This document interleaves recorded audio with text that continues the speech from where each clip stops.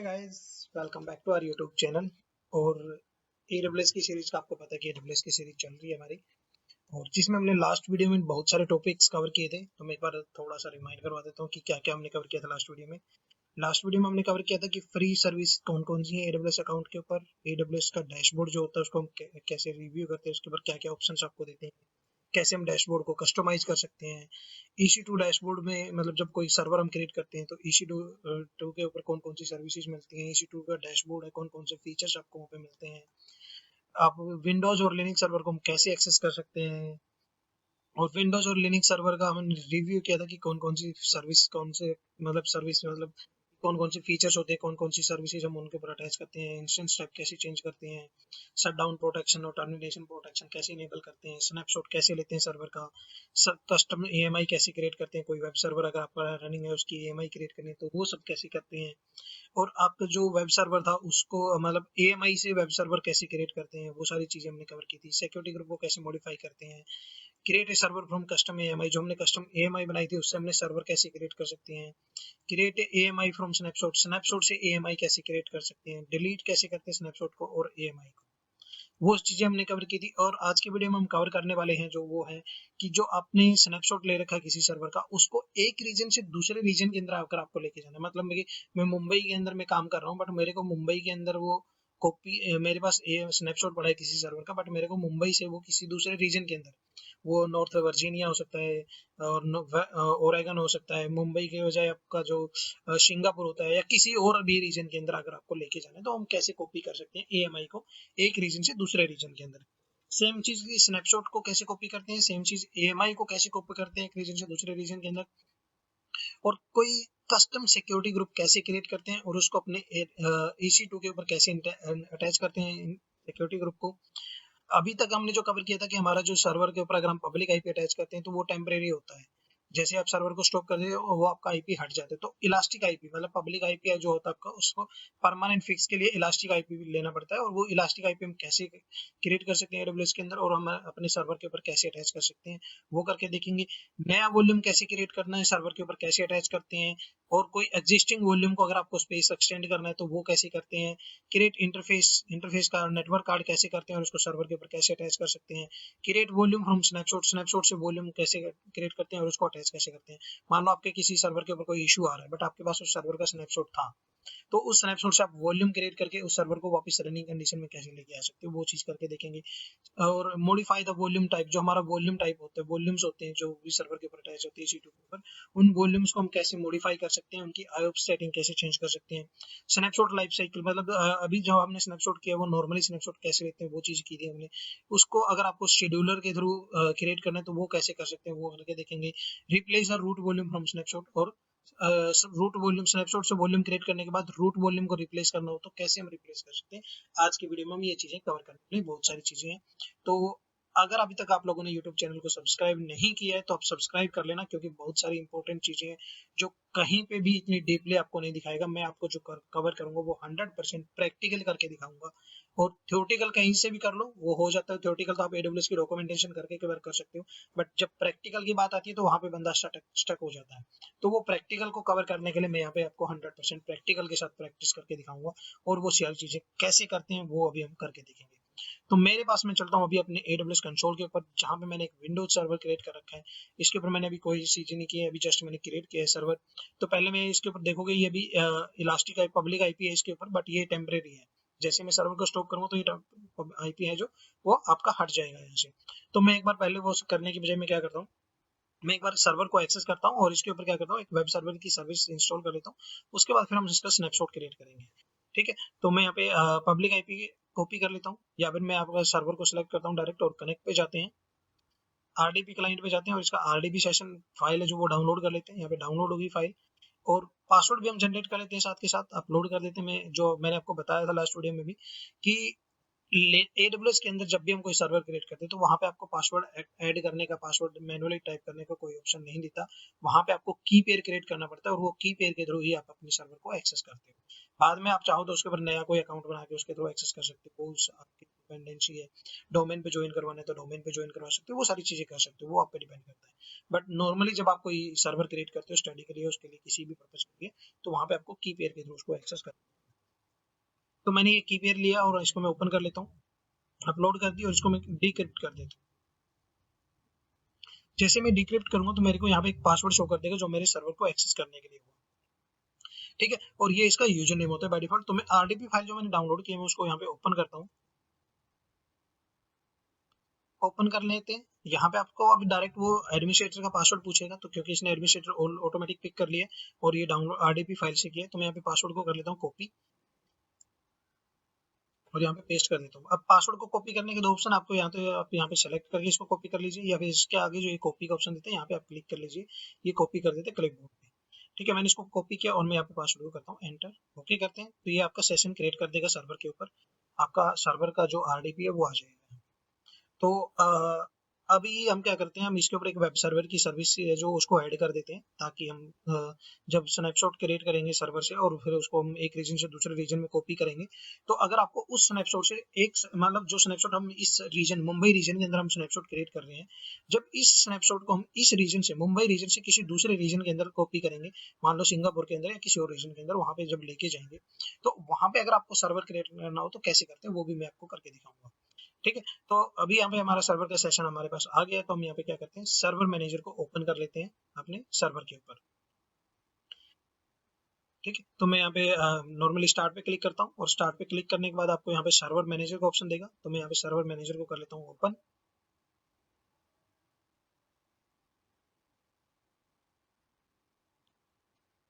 Server manager को open होने देते हैं अभी, ये थोड़ा सा टाइम लगाता है क्योंकि जैसे कोई फ्रेश सर्वर क्रिएट होता है तो थोड़ी सी ये टाइम लगाएगा आपको, अगर आपको कोई रोल या फीचर्स को ऐड करना है तो, ठीक है। तो इसको थोड़ा सा ऐड होने देते हैं अभी हमें। देखो मैं अगर आपको यहाँ पे ऐड रोल्स एंड फीचर पे क्लिक करके दिखाता हूँ तो अभी ये इसको ओपन नहीं करेगा, ये करेगी server manager is collecting inventory data, the wizard will be available after data collection finishes. जब वो डाटा कलेक्शन फिनिश कर देता है उसके बाद आप इस फीचर्स को ओपन कर सकते हो और एक्सेस कर सकते हो, अपने जो भी सर्विसेज को इसके ऊपर इंस्टॉल करना है या जो भी काम करना है आपको वो सारी चीजें आप कर सकते हो, ठीक है। तो एक बार मैं दोबारा ओके करता हूँ इसको और यहाँ पे देखिए ऊपर भी यहाँ पे आपको दिखा देता है जब तक ये फिनिश नहीं होता, यहाँ पे जो सर्चिंग के ऊपर नीचे आपको एक फ्लैश टाइप के कुछ चलती हुई दिख रही है जो, तो वो जब भी यहाँ पे स्टॉप हो जाएगी तो उसके बाद आप फीचर ऐड कर सकते हो, ठीक है। दोबारा मैं क्लिक करता हूँ एड रोल एंड फीचर पे, तो यहाँ पे मेरे को इसने ऑप्शन दे दिया अभी, क्योंकि इसने जो इन्वेंटरी कलेक्शन था उसका वो हो गया कंप्लीट। सिंपली नेक्स्ट करना है आपको, रोल बेस्ड फीचर करना है हमें, किसी रिमोट सर्वर पे नहीं करना, हम लोकल सर्वर के ऊपर कर रहे हैं, तो रोल बेस्ड और फीचर बेस्ड इंस्टॉलेशन नेक्स्ट करेंगे। यहाँ पे सिलेक्टेड है लोकल सर्वर तो हम इसको डिफॉल्ट रखेंगे, नेक्स्ट करते हैं। और यहाँ पे आपको सारे फीचर्स देता है, जो सारे फीचर्स अगर आपने अभी तक आपने कवर नहीं किए होंगे, हो सकता है तो कुछ बंदे हो सकते हैं जो बिल्कुल स्क्रैच से स्टार्ट कर रहे हैं अपने आईटी इंफ्रास्ट्रक्चर जर्नी को, तो यहाँ पे जब नॉर्मली पहले होती थी जो डोमेन सर्वर हम क्रिएट करते थे, तो यहाँ पे एक्टिव डायरेक्टरी वगैरह, DHCP, DNS, file server, hyper V, network manager, print server, remote server, web server, बहुत सारी सर्विसेज होती थी जो विंडोज के अंदर होती थी, बट अभी जब से क्लाउड आया तो यहाँ पे बहुत सारी सर्विस को यूज फिनिश कर दिया है उनसे सर्विसेज को, ठीक है। तो अभी हमें जो सर्विस यूज करनी है वो है हमारी वेब सर्वर आईएएस। आईएएस का मतलब होता है यहाँ पे इंटरनेट इंफॉर्मेशन सर्विस। हम इसको सिलेक्ट करेंगे, ऐड फीचर कर देंगे, डिफॉल्ट यहाँ पे है तो हम इसको ऐड फीचर कर देते हैं, नेक्स्ट करेंगे और यहाँ पे बाय डिफॉल्ट अपने फीचर ले लेगा जो इसको इंस्टॉल करने हैं और नेक्स्ट करते हैं और डिफॉल्ट नेक्स्ट रखेंगे और लास्ट में आपको ये कहना है कि इंस्टॉल कर देना है। यहाँ पे आपको ऑप्शन देता है restart the destination server automatically if required, अगर रिक्वायर्ड होगा तो आप इसको चेक मार्क कर दो, तो ये अगर इसको जरूरत होगी रिस्टार्ट करने की तो ये रिस्टार्ट कर देगा, अगर नहीं है तो इसको नहीं करेगा, ठीक है। तो मैंने इसको वापस अनचेक कर दिया और मैं यहाँ पे इसको करता हूँ इंस्टॉल। तो यहाँ पे ये 1 से 1.5 मिनट लेता है, वो डिपेंड होता है आपकी सर्वर की कॉन्फ़िगरेशन के ऊपर, आपके सर्वर की कॉन्फ़िगरेशन क्या है। अगर आपके सर्वर की कॉन्फ़िगरेशन अच्छी है तो वो आपको कुछ ही सेकंड्स के अंदर यहाँ पे फीचर को इंस्टॉल करके दे देगा, और अगर आपके सर्वर की कॉन्फ़िगरेशन लो है तो वो थोड़ा सा टाइम लगा लेते हैं कई बार। जैसे कि मैंने यहाँ पे अभी अगर आप मेरा जो सर्वर मैंने क्रिएट किया है, अगर मैं उस सर्वर की कॉन्फ़िगरेशन की बात करूँ तो मैंने वो T2 माइक्रो सर्वर की कॉन्फ़िगरेशन रखी है, मतलब कि 1 GB रैम और 1 कोर सीपीयू। अगर आपको देखना भी है तो यहाँ पे आप नीचे आओगे, यहाँ पे भी दिखा देगा आपको, यहाँ पे ऊपर ही डायरेक्ट यहाँ पे T2 माइक्रो। तो ये मतलब बेसिक कॉन्फ़िगरेशन है जो हमारे पास AWS हमें प्रोवाइड कर देता है स्टडी पर्पज के लिए, आपको प्रैक्टिकल पर्पज के लिए कुछ करना है, टेस्टिंग के लिए आपको कुछ करना है, तो ये आपको फ्री ऑफ कॉस्ट देता है आपको। मतलब जब आपका फ्रेश अकाउंट होता है 12 महीने के लिए, मैंने आपको लास्ट वीडियो में दिखाया था कि 12 महीने के लिए आपको ये 750 घंटे की सर्विस देता है हर महीने, ठीक है। जैसे ही हमारा ये फीचर इंस्टॉल हो जाएगा तो उसके बाद हमें क्या करना है, हमें अपने सर्वर को एक्सेस करना है। सॉरी, अभी उसको क्या करेंगे, हम हमारे पब्लिक आईपी के थ्रू इस सर्वर को ब्राउजर में एक्सेस करके देखेंगे कि जो वेब सर्वर का फीचर हमने यहाँ पे इंस्टॉल किया है कि वो हमें वर्क कर रहा है कि नहीं कर रहा है। ठीक है, तो अगर अभी मैं इसको यहाँ पे एंटर करता हूँ, पब्लिक आईपी को एंटर करता हूँ, तो अभी मेरे को ये रिवर्ट ना करेगा शायद। क्यों? क्योंकि अभी तक ये फीचर कंप्लीटली इंस्टॉल नहीं हुआ है। जैसे ही आपका ये इंस्टॉलेशन फिनिश हो जाएगा, और यहाँ पे क्लोज का ऑप्शन तो है ही ऑलरेडी, बट ये फिनिश इंस्टॉलेशन हो जाएगा, तो उसके बाद यहाँ पे आपका होम पेज एक्सेस हो जाएगा डिफॉल्ट वेब सर्वर। ठीक है, तो थोड़ा सा वेट करते हैं जैसे हमारा ये फिनिश होता है।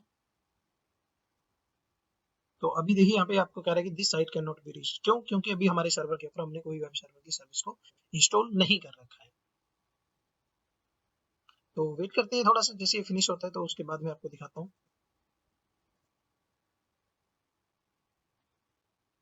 तो यहाँ पे हम अगर अपने सर्वर पे चलते हैं तो यहाँ पे देखिए ये कह रहा है कि installation succeed on this server. Close करता हूँ मैं सेशन को और अपने लैपटॉप पे जाता हूँ वापस, और यहाँ पे मैं दोबारा रिफ्रेश करता हूँ इसको। तो अभी आपको होम पेज आपका डिफॉल्ट एक्सेस होना चाहिए, बट अभी नहीं होगा। क्यों नहीं होगा? क्योंकि उसका एक रीजन है। क्योंकि AWS के ऊपर आपको सिक्योरिटी कई टाइप की मिलती है। अगर आपको याद हो तो मैंने आपको बताया था कि जो सिक्योरिटी ग्रुप होते हैं वो आपको डिफाइन करते हैं कि आपका जो सर्वर है वो कहाँ से कैसे एक्सेस कर सकते हो, किस पोर्ट पे एक्सेस कर सकते हो, वो आपको अपने सिक्योरिटी अंदर आपको अलाउ करने पड़ते हैं। ठीक है, तो अभी मैं क्या करता हूँ, मैंने यहाँ पे वेब सर्वर की सर्विस को इंस्टॉल कर दिया। इसके बाद हम क्या करते हैं, साथ के साथ मैंने जो इसके ऊपर सिक्योरिटी ग्रुप क्रिएट कर रखा है, अगर मैं चाहूँ तो इसी सिक्योरिटी ग्रुप को यहाँ पे अटैच कर सकता हूँ। जैसे मैं इसको न्यू विंडो में ओपन करता हूँ, इसी सिक्योरिटी ग्रुप को मॉडिफाई कर सकता हूँ, और इसके ऊपर पोर्ट जो हमारे वेब सर्वर के लिए हमें पोर्ट चाहिए होता है, उस पोर्ट को मैं यहाँ पे अलाउ कर देता हूँ इस सिक्योरिटी ग्रुप के इनबाउंड रूल के अंदर।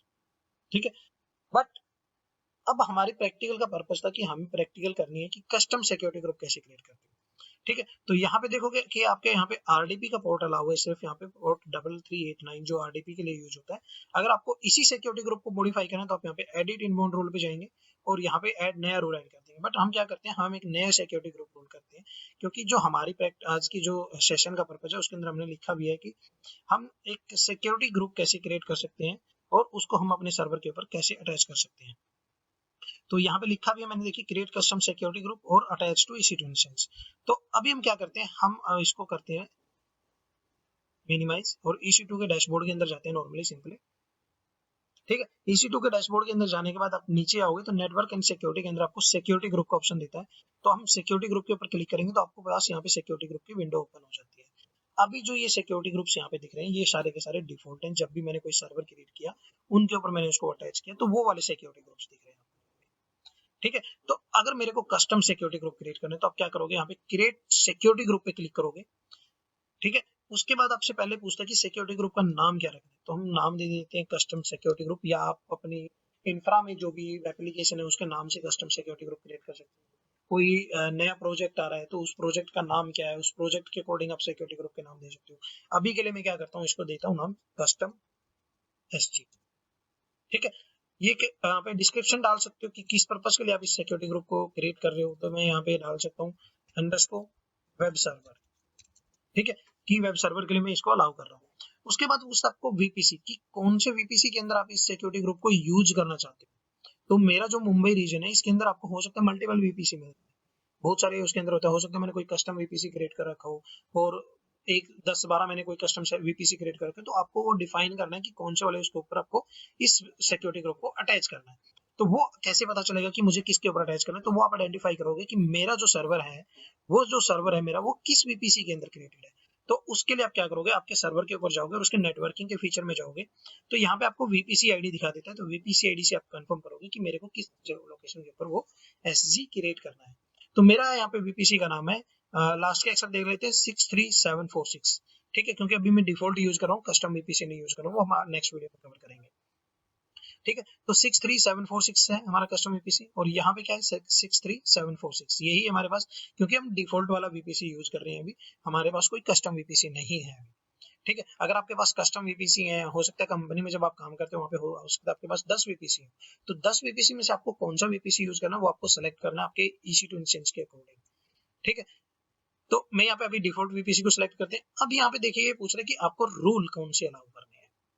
ठीक है, तो वो रूल की डिटेल्स आपको यहाँ पे डालनी है। तो आप यहाँ पे and outbound rule by default क्या करता है, ऑटोमेटिक ऑल जो भी हमारा ट्रैफिक होता है, जो हमारे सर्वर से बाहर जाना होता है, उस ट्रैफिक को अलाउ करके रखता है।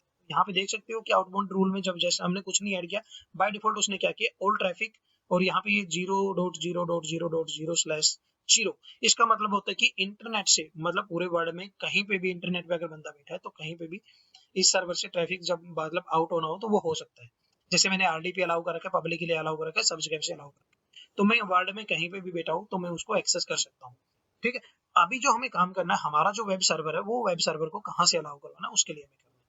तो मैं यहाँ पे क्या करूंगा, ऐड इनबाउंड रूल के ऊपर करूंगा, क्लिक करूंगा, कस्टम पीसी के अंदर जाऊंगा और यहाँ पे मैं सिलेक्ट कर लूंगा जो मेरे को अलाउ करना है। तो अभी जो मेरे को अलाउ करना है वो करना है HTTP। मेरा जो सर्वर है वो वेब सर्वर है, वेब सर्वर की सर्विस मैंने उसके ऊपर इंस्टॉल कर रखी है। अगर आपको कोई और सर्विसेज है जो यहाँ पे आपको डिफॉल्ट शो कर रही है, अगर उनके लिए आपको करना है तो आप यहाँ से वो सेलेक्ट कर सकते हो, जो भी आपको टाइप सेलेक्ट करना है आपका सिक्योरिटी ग्रुप का, इनबाउंड रोल का। तो मैं यहाँ पे HTTP लूंगा। अगर आपको यहाँ पे नहीं शो कर रहा है, जैसे अभी आपको यहाँ पे कुछ एक रूल शो करे, सारे रूल नहीं है, हो सकता है कोई कस्टम पोर्ट आपको यूज करना, ठीक है, जो पोर्ट आपको यहाँ पे नहीं दिख रहे, तो उसके लिए आप क्या करोगे, आप यहाँ पे कस्टम TCP सिलेक्ट करोगे या कस्टम UDP सिलेक्ट करोगे, जो भी आपको लेने होते हैं उसके अकॉर्डिंग, और यहाँ पे उस पोर्ट का नंबर डाल दोगे जो पोर्ट आप यूज करोगे।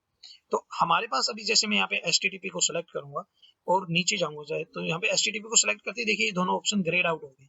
क्यों? क्योंकि HTTP के अंदर इन्होंने क्या किया, ऑटोमेटिक TCP यहाँ पे है और पोर्ट 80 को पिक कर लिया है, क्योंकि HTTP का पोर्ट 80 होता है।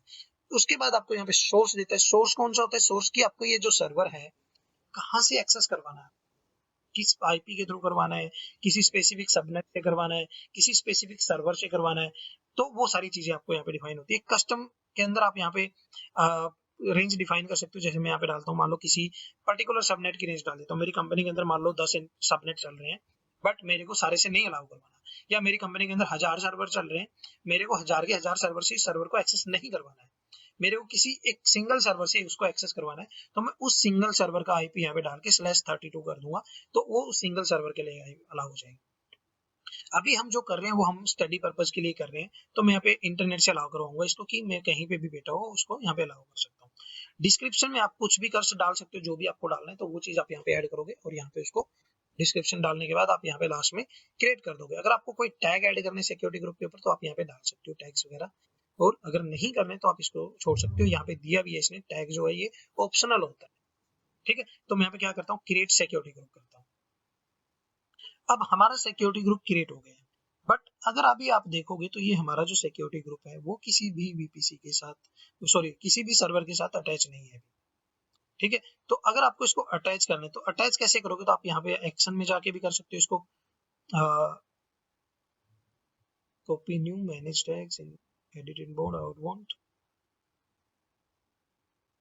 आउटबाउंड रोल VPC एसोसिएटेड किस VPC के साथ है, ठीक है, ये सारी चीजें वही है, ठीक है। अब किस सिक्योरिटी ग्रुप को अगर आपको अलाउ करना है, मतलब मेरे को पर्टिकुलर सर्वर के साथ अटैच करना है, ठीक है, तो मैं क्या करूंगा, मैं इस सिक्योरिटी ग्रुप की आईडी को या तो यहाँ से कॉपी कर लो, या फिर आप अपने सर्वर के ऊपर जाओगे वापस, और यहाँ पे मैंने, अगर आपको याद हो लास्ट वीडियो में हमने दिखाया था कि हम एक्शन के अंदर जाएंगे, एक्शन के अंदर जाने के बाद सिक्योरिटी ग्रुप पे जाएंगे, और यहाँ पे आपको ऑप्शन देता है चेंज सिक्योरिटी ग्रुप, ठीक है, ये चेंज सिक्योरिटी ग्रुप कर दोगे। बट अभी एक प्रॉब्लम आएगी, अगर मैं चेंज सिक्योरिटी ग्रुप करता हूँ, मतलब मेरे पुराने वाले सिक्योरिटी ग्रुप को हटा के नया सिक्योरिटी ग्रुप अटैच करता हूँ यहाँ पे, तो मेरे को प्रॉब्लम क्या आएगी, मेरे को प्रॉब्लम ये आएगी कि जो मेरा एग्जिस्टिंग रूल है पोर्ट, तो उसको वो डिस्कनेक्ट कर देता है, ठीक है। बट मैं चाहता हूँ मेरा जो पुराने वाला सिक्योरिटी ग्रुप है वो भी मेरे सर्वर के ऊपर रहे और नया वाला सिक्योरिटी ग्रुप भी यहाँ पे आ जाए, ठीक है। तो मैं यहाँ पे इस वाले सिक्योरिटी ग्रुप को डिलीट नहीं करूंगा, क्योंकि मैंने RDP पोर्ट इस वाले सिक्योरिटी ग्रुप के अंदर अलाउ कर रखा है।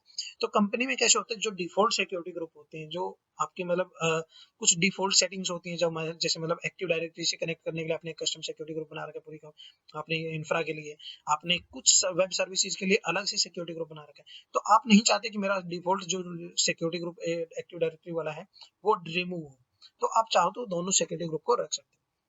बट अगर आपको रिमूव करना है तो इस वाले, जैसे इस वाले को रिमूव करना है तो आप सिंपल इसको रिमूव कर दीजिए, आपका रिमूव हो जाएगा, बट मेरा RDP सेशन बंद हो जाएगा, क्योंकि इस सेशन के इस सिक्योरिटी ग्रुप के अंदर मैंने RDP पोर्ट अलाउ नहीं किया है, ठीक है। इसके अंदर मैंने सिर्फ 80 पोर्ट को अलाउ किया है। तो मैं क्या करता हूँ, मैं दोनों सिक्योरिटी ग्रुप को रखना चाहता हूँ, तो मैं यहाँ पे क्या करूंगा, जो मैंने नया सिक्योरिटी ग्रुप अटैच करना है, वहां पे देखिए आपको बहुत सारे सिक्योरिटी ग्रुप की लिस्ट यहाँ पे शो कर रही है। अब आपको या तो पता होना चाहिए कि कौन सा करना है, जैसे मैंने कस्टम SG क्रिएट किया है, अगर नहीं पता है तो आप यहाँ पे क्या करोगे, उसका SG का नाम यहाँ पे, ID इसकी यहाँ पे पेस्ट कर दोगे, और यहाँ पे वो आपको शो कर देगा कि कौन सा मुझे अटैच करना है।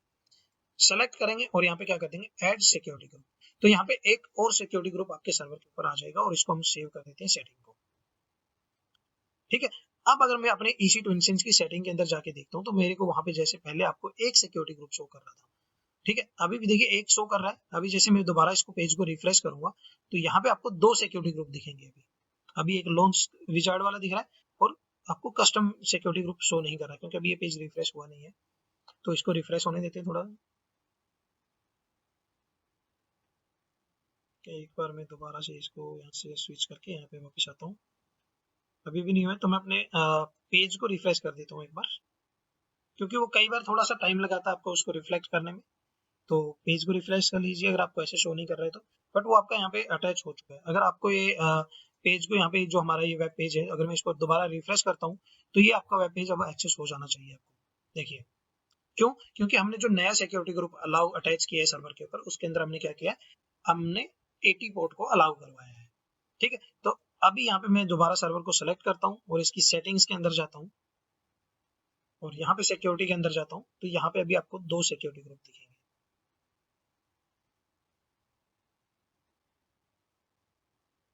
करेक्ट, देखिए it's taking bit longer time than usual to fetch your details. वो डिपेंड करता है आपके इंटरनेट की स्पीड वगैरह पे, सारी चीजों पे। तो यही यहाँ पे दो सिक्योरिटी ग्रुप आ गए हैं। ठीक है, आप मल्टीपल सिक्योरिटी ग्रुप अटैच कर सकते हो एक सर्वर के ऊपर, बट इनकी कुछ लिमिट होती है कि आप एक सिक्योरिटी ग्रुप के ऊपर कितने इनबाउंड रूल अलाउ कर सकते हो, कितने आउटबाउंड रूल अलाउ कर सकते हो। तो वो सारी चीजें देखनी है तो मैं आपको एक अलग से सेशन में बताऊंगा कि कितनी लिमिट होती है एक सिक्योरिटी ग्रुप के ऊपर, या एक अवेलेबिलिटी जोन के अंदर आप कितने EC2 इंस्टेंस क्रिएट कर सकते हो। वो आपको मैं आने वाले टॉपिक में कवर करके बताऊंगा कि कहाँ कहाँ पे आप वो सेटिंग चेक कर सकते हो। अगर आपको उनको इंक्रीज करवाना तो वो कैसे करवा सकते हो।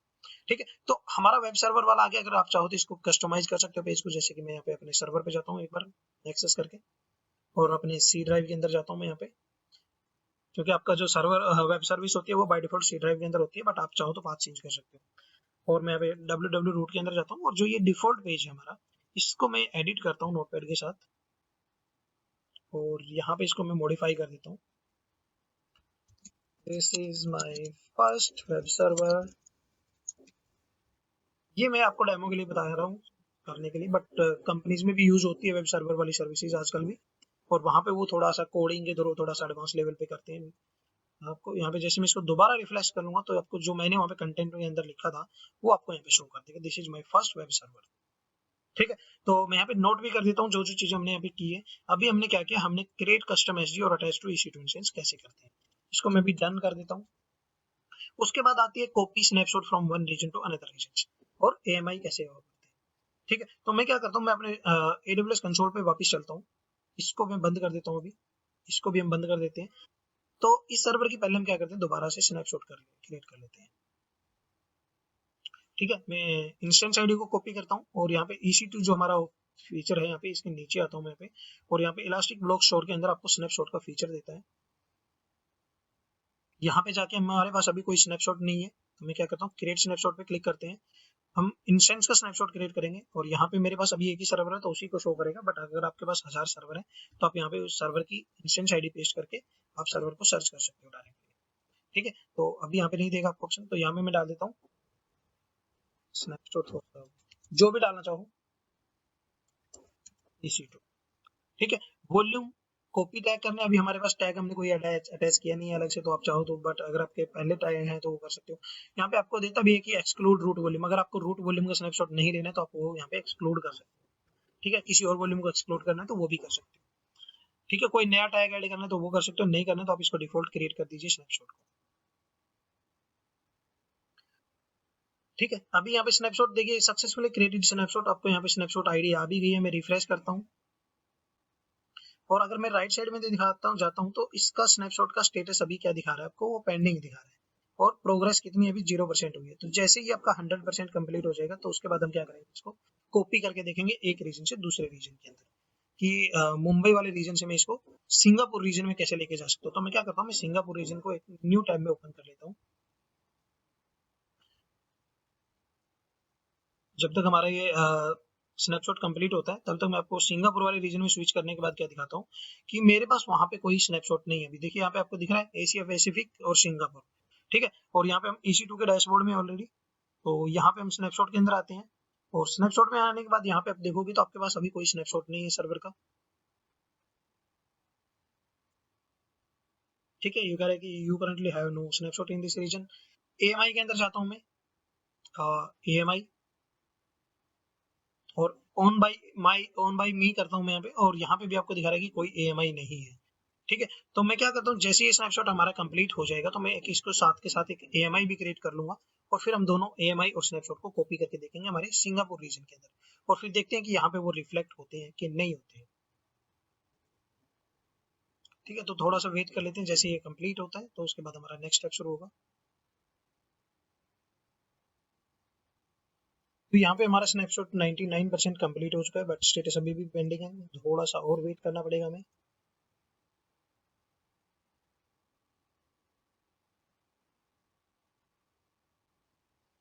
ठीक है, तो यहाँ पे देखिए हमारा स्नैपशॉट है जो अपना कंप्लीट हो चुका है सक्सेसफुली, ठीक है। तो साथ के साथ मैं क्या करता हूँ, अभी अगर मैं यहाँ पे एएमआई के अंदर जाता हूँ अपने मुंबई रीजन के अंदर, और यहाँ पे ऑन बाय मी में करता हूँ क्लिक, तो यहाँ पे आपको कोई एएमआई के शो नहीं करेगा। तो मैं क्या करता हूँ, मैं साथ के साथ इस स्नैपशॉट का एएमआई भी क्रिएट कर लेता हूँ, और फिर हम दोनों को कॉपी करके देखेंगे। तो मैंने आपको ये लास्ट वीडियो में भी बताया था कि स्नैपशॉट से एएमआई कैसे क्रिएट करते हैं। स्नैपशॉट को हम सेलेक्ट करेंगे, एक्शन में जाएंगे, और यहाँ पे क्रिएट इमेज फ्रॉम स्नैपशॉट का ऑप्शन देता है आपको, और यहाँ से हम उसको सेलेक्ट करेंगे। यहाँ पे इमेज का नाम दे देते हैं हम कस्टम इमेज, और मैं कस्टम इमेज क्यों दे रहा हूँ, क्योंकि हमने इसके ऊपर वेब सर्वर की सर्विस इंस्टॉल कर रखी है, तो वो दूसरे रीजन के अंदर ऑटोमेटिक आनी चाहिए जब हम उससे सर्वर क्रिएट करें, चाहे वो हम सर्वर स्नैपशॉट से क्रिएट करें या हम इमेज अपने उससे एएमआई से क्रिएट करें, ठीक है। तो कस्टम इमेज, और यहाँ पे बाय डिफॉल्ट सारी सेटिंग डिफॉल्ट रखनी है, तो मैं इनको कर देता हूँ क्रिएट इमेज करते हैं, और यहाँ पे इमेज ये इमीडिएट क्रिएट हो जाती है थोड़े से टाइम के अंदर, क्योंकि ये हम स्नैपशॉट से क्रिएट करते हैं, बट जब आप सर्वर से क्रिएट करते हो तो वो काफी टाइम लगा देती है। देखिए यहाँ पे आपकी इमेज यहाँ पे सक्सेसफुली क्रिएट भी हो गई है, और स्टेटस भी आपको अवेलेबल शो कर रहा है। अब नेक्स्ट टॉपिक हमारा जो है वो है कि हम एएमआई को कैसे कॉपी करते हैं एक रीजन से दूसरे रीजन के अंदर, या स्नैपशॉट को कैसे कॉपी करते हैं एक रीजन से दूसरे रीजन के अंदर। तो उसके लिए क्या करना है, आपको जिसको भी कॉपी करना है एएमआई को या स्नैपशॉट को, जैसे अभी हम एएमआई को करते हैं पहले, तो मैं एएमआई को सेलेक्ट करूंगा यहाँ पे और एक्शन के अंदर जाऊंगा, तो यहाँ पे आपको ऑप्शन देता है कॉपी एएमआई, ठीक है। कॉपी एएमआई पे आप क्लिक करोगे तो यहाँ पे देखिए आपको कॉपी इमेज, आपको जिस इमेज को हम कॉपी कर रहे हैं, जिस इमेज को हम कॉपी कर रहे हैं वो डिफॉल्ट उसका नाम ले लेता है, और ये कह रहा है कि कॉपीड एएमआई, ये आपको अपनी नई वाली लोकेशन पे शो करेगा जिस रीजन के अंदर हम उसको कॉपी करेंगे, ठीक है। यहाँ पे आपको शो करता है कि रीजन, किस रीजन के अंदर आपको कॉपी करना है, डेस्टिनेशन रीजन, कि कौन से वाले रीजन के अंदर आपको उसको कॉपी करना है। एक copy of the original AMI will be created in the destination region, ठीक है। तो मैं यहाँ पे सिलेक्ट करता हूँ सिंगापुर रीजन, ठीक है। अब दूसरी चीज आती है यहाँ पे टैग्स। अगर आपको जो एएमआई आपने क्रिएट कर रखे है उसके ऊपर कोई टैग्स है, उन टैग्स को भी आप एज इट इज कॉपी करना चाहते हो न्यू लोकेशन के ऊपर, न्यू रीजन के अंदर, तो वो आप यहाँ पे कॉपी टैग कर दीजिए। अगर नहीं है और नहीं करना चाहते आप तो डिफॉल्ट छोड़ दीजिए, इसको कोई दिक्कत नहीं, ठीक है। टाइम बेस्ड कॉपी करनी है आपको, शेड्यूल कर सकते हो आप, इसको नहीं करना है तो आप डिफॉल्ट छोड़ दीजिए। टैग अगर आपको कोई नया डालना है तो आप यहाँ पे डाल सकते हो, अगर नहीं डालना है तो आप डिफॉल्ट छोड़ दीजिए इसको, और यहाँ पे हम करते हैं कॉपी एएमआई, ठीक है। और यहाँ पे क्या आ रहा है कि AMI copy operation of his has been initiated. It can take a few minutes for AMI to be copied. You can check the progress of the operation in the AMI AP Southeast 1. The AMI of new AMI is this. ये कह रहा है कि नई AMI ID इसकी ये रहेगी, ठीक है। यहाँ पे AMI ID इसकी डिफरेंट है, बट जब दूसरे रीजन के अंदर हम इसको कॉपी करेंगे तो वहाँ पे उसकी AMI ID डिफरेंट हो जाएगी। इस AMI ID से आप उसको सर्च कर सकते हो जो भी आपने इनिशिएट किया है, ठीक है। अगर मैं सिंगापुर रीजन के अंदर जाता हूँ, AMI के अंदर जाने के बाद पेज को मैं रिफ्रेश करता हूँ, तो यहाँ पे आपको शो करेगा कि कॉपी इमेज, कस्टम इमेज हमने कॉपी की है, और इसका नाम क्या कस्टम इमेज है, स्टेटस क्या है अभी इसका पेंडिंग है, क्यों, क्योंकि हम दूसरे रीजन से लेके आ रहे हैं उसको, तो यहाँ पे भी वो पेंडिंग शो कर रहा है। और प्लेटफॉर्म कौन सा है, विंडोज है, सारी चीज आपको यहाँ पे डिफॉल्ट शो करता है, मतलब डिटेल शो कर देता है सर्वर की, ठीक है। तो यहाँ पे आप इस तरीके से कोई भी एएमआई को कॉपी करवा सकते हो किसी भी दूसरे रीजन से, ठीक है। स्टेटस आपको देखना है, ये थोड़ी देर के अंदर अभी जो पेंडिंग शो कर रहा है ये आपका अवेलेबल के अंदर आ जाएगा, तो इसको हम चलने देते हैं थोड़ी देर के लिए। तब तक हम क्या करते हैं, अपने वापस मुंबई रीजन के अंदर चलते हैं, और स्नैपशॉट के अंदर जाते हैं हम यहाँ पे। अगर आपको स्नैपशॉट को कॉपी करना है तो यहाँ पे कह रहे हैं कि ये तो हमारा जो लास्ट वाला था वही है, तो मैं इसको करता हूँ यहाँ से डिस्कनेक्ट, और हम अपनी, ठीक है। तो हम स्नैपशॉट को यहाँ पे सेलेक्ट करते हैं, और क्या करते हैं हम वापस एक्शन के अंदर जाते हैं, और यहाँ पे भी आपको एक ऑप्शन देगा कॉपी स्नैपशॉट, ठीक है। कॉपी स्नैपशॉट पे आप क्लिक करोगे तो सारी चीजें डिफॉल्ट पूछेगा आपसे। मैं जैसे यहाँ पे इसने नाम ऑटोमेटिक दे दिया कॉपी स्नैपशॉट, स्नैपशॉट आईडी ये है, कहाँ से कॉपी कर रहे हैं, स्नैपशॉट का नाम क्या है और यहाँ पे किस रीजन के अंदर करनी है आपको, उस रीजन को आप यहाँ पे सिलेक्ट कर सकते हो। ठीक है, तो यहाँ पे आप एपी साउथ 1, तो हमारा एपी साउथ ईस्ट है और यहाँ पे हम क्या कर सकते हैं, इसको सर्च कर सकते हैं एपी साउथ ईस्ट 1, अगर आपको नहीं डाउट हो रहा है तो। एपी साउथ ईस्ट 1 नीचे आगे देखिए यहाँ पे, और इसके अंदर हम इसको कॉपी करना है तो हम इसको सिलेक्ट करते हैं, तो यहाँ पे आपका एपी साउथ ईस्ट 1 आ जाएगा जो हमारे सिंगापुर रीजन का नाम है। तो अगर मैं सिंगापुर रीजन पे जाता हूँ तो यहाँ पे दिखा रहा है आपको एपी साउथ ईस्ट 1। ठीक है, और इसको हम क्या करेंगे, वही चीज है, अगर आपको टाइम बेस पे कॉपी करना है, इंक्रिप्शन करना है, टैग डालने हैं, वो सारी चीजें आप यहाँ पे कर सकते हो। नहीं करना है आप डिफॉल्ट छोड़ दीजिए और कॉपी स्नैपशॉट कर दीजिए। ठीक है, वापस दूसरे वाले रीजन के अंदर चलते हैं, मुंबई रीजन से सिंगापुर रीजन पे चलते हैं और यहाँ पे एक बार रिफ्रेश करते हैं। पहले हम एएमआई के अंदर देखते हैं कि एएमआई कॉपी हो गया कि नहीं हो गया। पेज को करते हैं रिफ्रेश दोबारा से, एएमआई को सिलेक्ट करते हैं और देखते हैं कि क्या स्टेटस है। अभी भी इसको पेंडिंग शो कर रहा है क्योंकि दूसरे रीजन से हम लेके आ रहे हैं। वो साइज पे डिपेंड होता है, आपके इंटरनेट की स्पीड पे डिपेंड होता है, सारी चीजें तो वो आपका डिपेंड रहता है।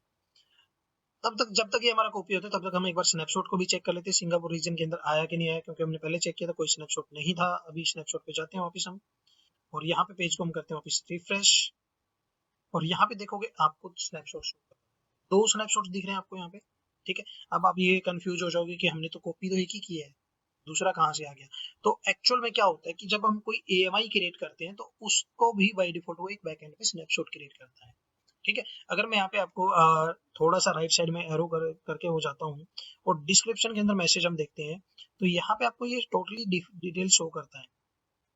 ठीक है, तो यहाँ पे आपको 2 चीजें दिखाएगा कि कॉपी कहाँ से करके हैं, क्या ले रहे हैं हम। ये कह रहा है कि कॉपीड ऑफ डेस्टिनेशन एएमआई, यहाँ पे देखिए आपको एएमआई शो कर रहा है वो। ठीक है, इस एएमआई से हम कॉपी करके लेके आ रहे हैं और साउथ सोर्स एएमआई हमारी ये है, तो यहाँ पे ये एएमआई से कॉपी हो रहा है। और यहाँ पे जब हम कॉपी कर रहे हैं तो ये कह रहा है कि कॉपीड स्नैप, मतलब स्नैपशॉट से कॉपी कर रहे हैं। हमारा ये स्नैपशॉट था जो हमने कॉपी किया है, कहाँ से कॉपी करके लेके आ रहे हैं, एपी साउथ 1 से लेके आ रहे हैं और स्नैपशॉट फोर्स के नाम से इसका नाम इसने डाल दिया है 2। दोनों का स्टेटस अभी पेंडिंग है, दोनों को हम यहीं से चेक कर सकते हैं रिफ्रेश करके कि कोई कंप्लीट हुआ कि नहीं हुआ। ठीक है, ये थोड़ा टाइम लगाएंगे हमारा। तो अभी अगर मैं वापस अपने नोटपैड वाली फाइल के अंदर चलता हूँ तो हमने कौन कौन सी चीजें कवर कर ली वो मैं आपको थोड़ा सा एक बार बता देता हूँ। तो फर्स्ट चीज थी copy snapshot from one region to another region, ये जो हमने करके देखे अभी। ठीक है, सेकंड थी copy AMI from one region to another region, हमने एएमआई को भी कॉपी कर दिया है। ठीक है, कस्टम सिक्योरिटी ग्रुप कैसे क्रिएट करते हैं, उसको अटैच कैसे करते हैं इसी इंस्टेंस के ऊपर, वो हमने यहाँ पे करके देख लिया है।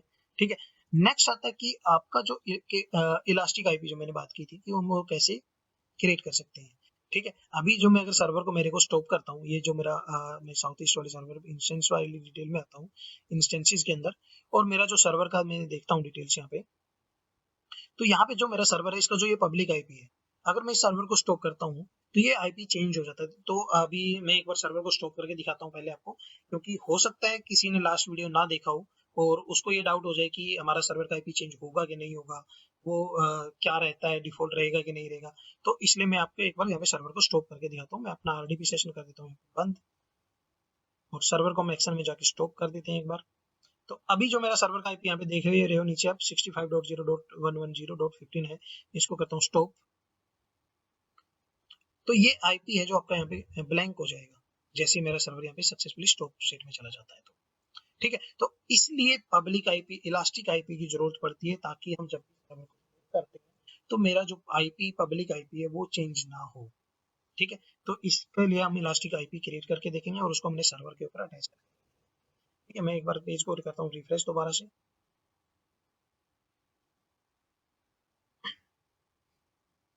ये सर्वर हमारा अभी स्टॉपिंग स्टेट में ही है, तो जब तक के लिए हम क्या करते हैं, एक बार साउथ ईस्ट वाले देखिए यहाँ पे अपना सर्वर हो गया सक्सेसफुली स्टॉप स्टेट में।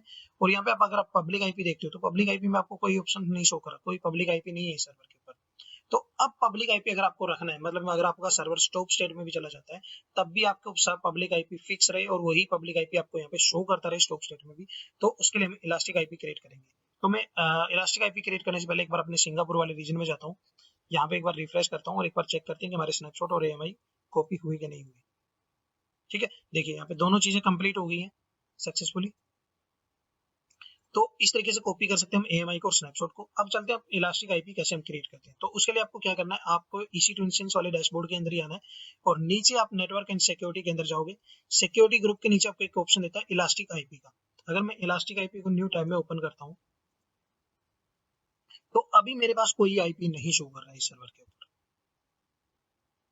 इस डैशबोर्ड के ऊपर मेरे पास कोई इलास्टिक आईपी नहीं है। इलास्टिक आईपी आपको स्टैटिक आईपी भी बोल सकते हो।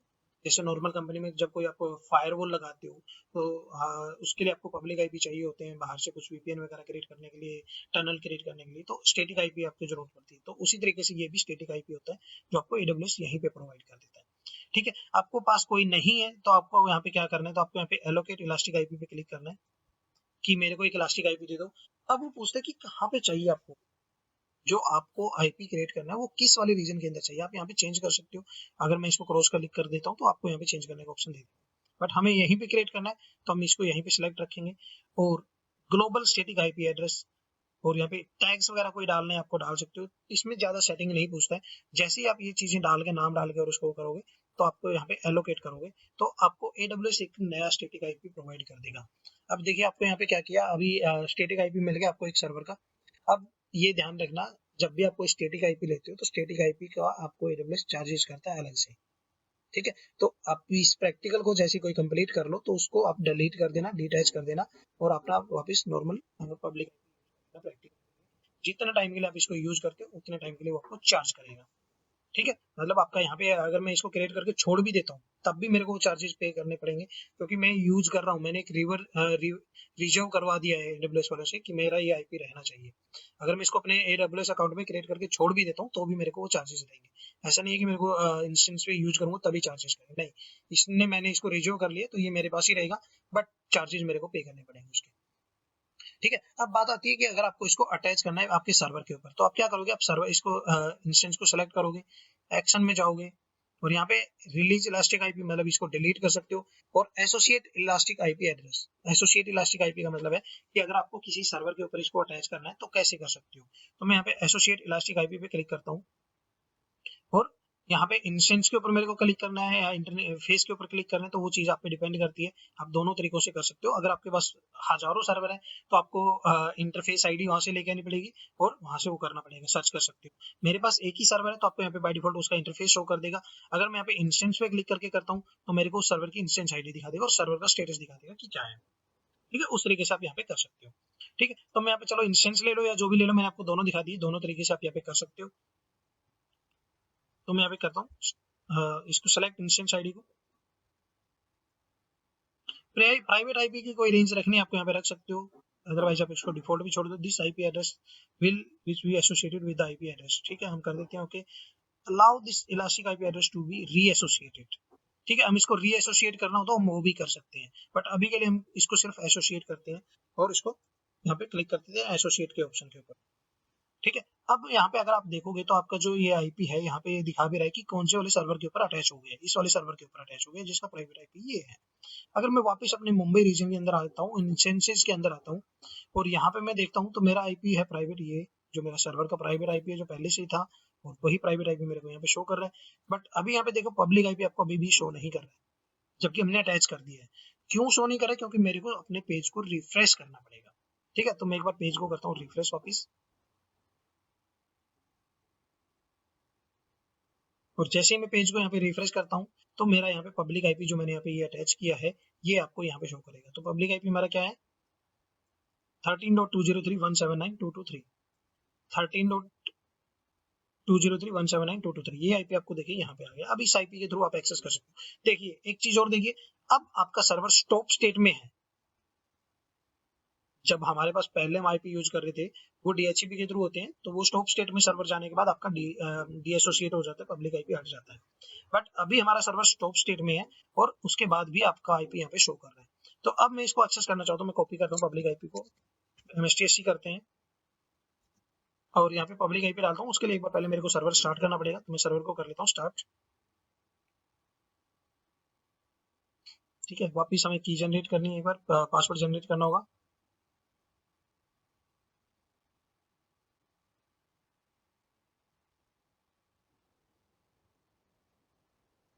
ठीक है, तो हमारा सर्वर हमने अभी स्टार्ट कर दिया है। अभी एक बार इनिशियलाइजिंग स्टेट में शो कर रहा है, स्टेटस चेक पास हुआ नहीं है, तो मैं एक बार कनेक्ट पे क्लिक करता हूँ और पासवर्ड जनरेट कर लेते हैं एक बार दोबारा से आरडीबी क्लाइंट पे जाके, और गेट पासवर्ड की पेयर अपलोड कर देते हैं दोबारा। आप मैं अभी बार बार कर रहा हूँ इसको, आप चाहो तो पासवर्ड को नोट करके रख सकते हो नोटपैड फाइल के अंदर और उसको बार बार यूज कर सकते हो वहाँ फाइल से।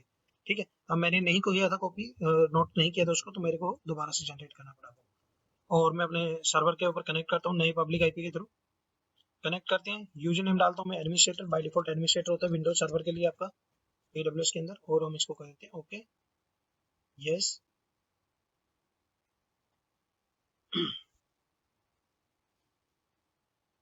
तो आपका अब ये नए सर्वर नए आईपी के थ्रू सर्वर एक्सेस हो जाएगा जो हमने नया पब्लिक आईपी लिया है, इलास्टिक आईपी लिया है। ठीक है, अब बात आती है कि अगर मैं सर्वर को दोबारा स्टॉप करता हूँ तो क्या ये पब्लिक आईपी हट जाएगा? लेट्स ट्राई, देखते हैं हटता है कि नहीं हटता है। वैसे तो मैं आपको बता चुका हूँ कि जो हमने इलास्टिक आईपी लिया है, अगर मैं इलास्टिक आईपी को मतलब सर्वर को स्टॉप भी कर दूँ तो भी वो नहीं हटेगा। तो मैं एक बार आपको यहाँ पे डेमो मतलब प्रैक्टिकली जैसे मैंने आपको बताया है कि मैं जो भी रिकॉर्डिंग कर रहा हूँ, जो भी सेशन यहाँ पे क्रिएट कर रहा हूँ आप लोगों के लिए कंटेंट क्रिएट कर रहा हूँ, वो 100% प्रैक्टिकल के साथ करूंगा। तो मैं एक बार सर्वर को स्टॉप करके दिखाता हूँ आपको और देखते हैं कि पब्लिक आईपी हटता है कि नहीं हटता है। तो मैंने यहाँ पे वापस सर्वर को स्टॉप कर दिया, मेरा रिमोट सेशन भी डिस्कनेक्ट हो गया। मैं इसको बंद कर देता हूँ एक बार। इसको हम रिफ्रेश करते हैं एक बार।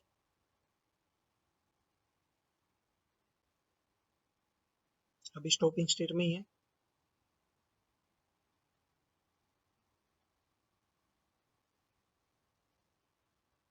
ठीक है, देखिए आपका सर्वर का स्टेटस क्या हो गया, अभी स्टॉप हो गया, बट आपका पब्लिक आईपी नहीं हटा है। जबकि हम पहले जब पब्लिक आईपी सर्वर को स्टॉप कर रहे थे तो पब्लिक आईपी हट जाते थे। तो यही बेनिफिट होता है स्टैटिक आईपी का, अगर आपको स्टैटिक आईपी यूज करना हो तो। ठीक है, अगर आपको नहीं यूज करना तो मैं क्या करता हूँ, मैं वापस अपने इलास्टिक आईपी के अंदर जाता हूँ, जो मैंने इलास्टिक आईपी क्रिएट कर रखा है, इसको मैं यहाँ से वापस क्या करता हूँ, रिलीज कर देता हूँ, मतलब डीएसोसिएट कर देता हूँ अपने जो हमने अपने वो कर रखा है। तो उसके लिए पहले हम रिलीज करते हैं इलास्टिक आईपी को, अपने सर्वर से डिस्कनेक्ट कर देते हैं। ठीक है, can not be release with associated ID, क्या कर रहा है ये, ओके सेलेक्ट करता हूँ डीएसोसिएट इलास्टिक आईपी, डीएसोसिएट करते हैं। ठीक है, डीएसोसिएट का मतलब यहाँ पे क्या है कि मैंने जो मेरी सर्वर के ऊपर मैंने अटैच कर रखा था वहां से मैंने उसको हटा दिया। तो अभी यहाँ पे देखोगे आप, यहाँ पे आपकी जो इंस्टेंस आईडी शो कर रहा था वो हट गई है। अगर मैं इसको रिफ्रेश करके दोबारा से दिखाता हूँ तो आपको इंस्टेंस आईडी शो नहीं करेगा। और अगर मैं वापस अपने सर्वर के ऊपर जाके यहाँ पे रिफ्रेश करता हूँ पेज को, तो यहाँ से ये आईपी हट जाएगा आपका। सॉरी, ठीक है, मैं इसको पेज को दोबारा रिफ्रेश करता हूँ एक बार, और यहाँ पे आप देखोगे तो ये आपका आईपी है जो पब्लिक आईपी हट जाएगा अभी। क्यों? क्योंकि हमने जो रिले इसका इलास्टिक आईपी इंस्टेंस के ऊपर अटैच किया था वो हमने वहां से डी एसोसिएट कर दिया। अब बात आती है कि आपको इसको डिलीट कैसे करना है। जैसे मान लो अभी मैंने बताया आपको कि मैं अगर इस आईपी को डिलीट नहीं करता हूँ, इसको ऐसे बना क्रिएट करके छोड़ देता हूँ, तो मेरे को एडब्ल्यूएस बिल जनरेट करता रहेगा मेरे लिए इसका। तो अगर आपको इसको डिलीट करना है तो आप क्या करोगे, यहाँ पे इस आईपी को सिलेक्ट करोगे, एक्शन में जाओगे और इसको रिलीज कर दोगे। रिलीज कि मेरे को मैं इसको और यूज नहीं करना चाहता हूँ, तो रिलीज इलास्टिक आईपी पे क्लिक करोगे और यहाँ पे आपको ऑप्शन दे देगा। बट ये रिलीज तभी आपको करने देगा, अगर आपको याद हो मैंने अभी थोड़ी देर पहले जब मैंने यहाँ पे लेके आया था डीएसोसिएट करने से पहले, जब मैं रिलीज कर रहा था तो मेरे को यहाँ पे वो एरर दे रहा था। क्यों? क्योंकि वो मैंने अपने EC2 इंस्टेंस के ऊपर अटैच कर रखा था, इस करके वो आपको डिलीट नहीं करने देता। तो आप इसको क्या करोगे, रिलीज कर दोगे। ठीक है, डीएसोसिएट करने के बाद ही रिलीज कर सकते हो। अब आप यहाँ पे देखोगे तो आपके पास क्या कह रहा है कि आपके पास अभी कोई इलास्टिक आईपी एड्रेस नहीं है। ठीक है, अब अगर मैं वापस रिफ्रेश करता हूँ एक बार दोबारा से, आपको पेज को रिफ्रेश करके दिखाता हूँ, तो दोबारा भी आपको यहाँ पे कोई वो नहीं शो करेगा। ठीक है, सेम मैसेज देगा क्योंकि हमने जो हमारा इलास्टिक आईपी था हमने उसको क्या कर दिया, डिलीट कर दिया है। No elastic IP address found in this regions. ठीक है, तो अभी हमने ये भी कर दिया। अब मैं क्या करता हूँ, एक बार जो मैं स्टोरेज यूज कर रहा हूँ मेरे को स्टोरेज के चार्जेस पे करने पड़ेंगे अदरवाइज। तो मैंने जो AMI कॉपी की थी मुंबई रीजन से सिंगापुर रीजन के अंदर, मैं उन दोनों AMI को स्नैपशॉट को और AMI को डिलीट कर देता हूँ, ताकि मेरे को बिल ना पे करना पड़े एक्स्ट्रा। ठीक है, आपको डिलीट करने का मैंने ऑप्शन लास्ट वीडियो में भी बताया था कि कैसे करते हैं। आप स्नैपशॉट को AMI को सिलेक्ट करोगे, एक्शन में जाओगे, डिलीट कर दोगे। ठीक है, AMI हमारी डिलीट होगी, बट आपका AMI मैंने आपको सॉरी स्नैपशॉट मैंने डिलीट कर दिया, बट आप जब AMI की बात करते हो तो AMI आपकी डिलीट नहीं होती है, वो आपकी क्या होती है, डी रजिस्टर होती है।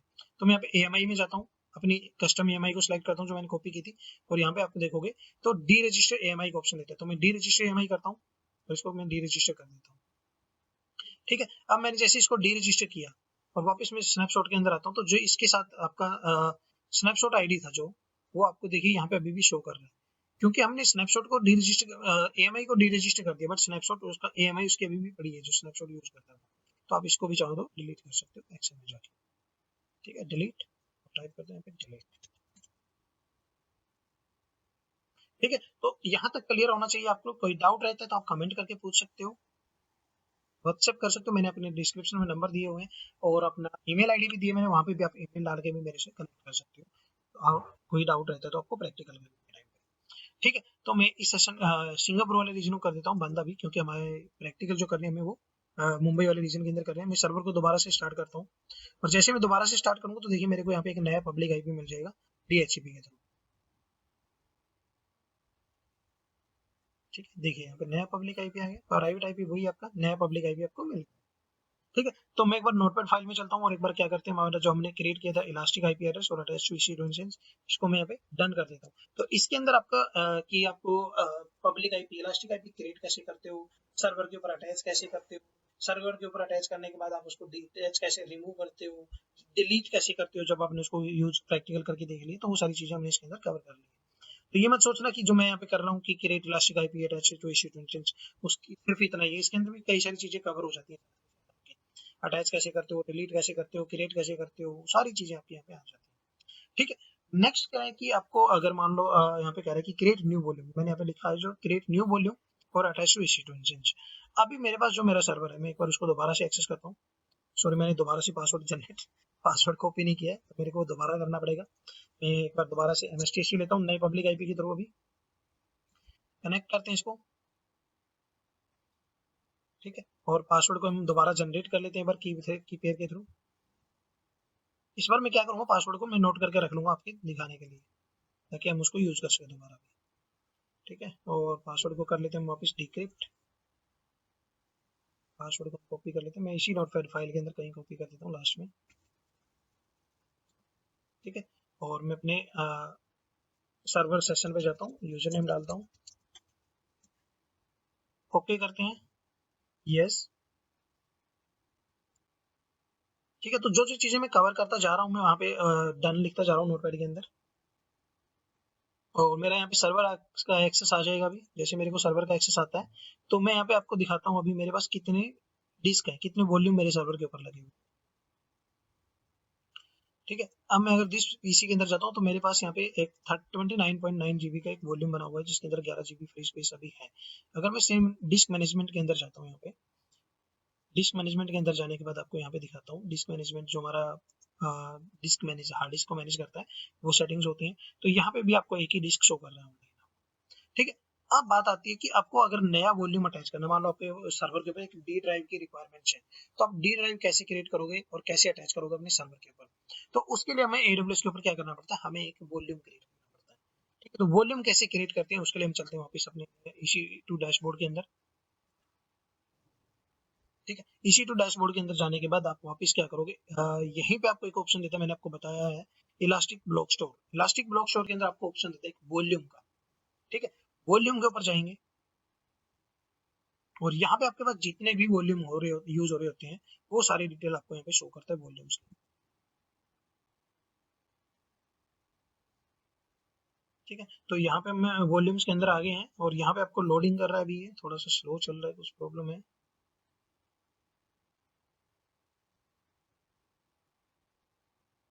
ठीक है, जो मेरा सर्वर के ऊपर एक 30 जीबी का वॉल्यूम है, वो वॉल्यूम आपको यहाँ पे शो कर रहा है, दिखा भी रहा है कि कौन से वाले इंस्टेंस के ऊपर वो अटैच है, स्टेटस क्या है उसका, वॉल्यूम स्टेट क्या है, इनक्रिप्टेड है नहीं है, सारी डिटेल आपको यहाँ पे शो करता है वॉल्यूम्स की। अगर आपको चेक करनी हो तो आप यहाँ पे चेक भी कर सकते हो डिटेल्स के ऊपर सेलेक्ट करने के बाद, यहाँ पे भी आपको सारी डिटेल शो करता है उसकी। ठीक है, अब बात आती है दोबारा कि अगर आपको नया वॉल्यूम सर्वर के ऊपर अटैच करना है तो कैसे करना है। तो नया वॉल्यूम अटैच करने के लिए पहले तो आपके पास वॉल्यूम होना चाहिए।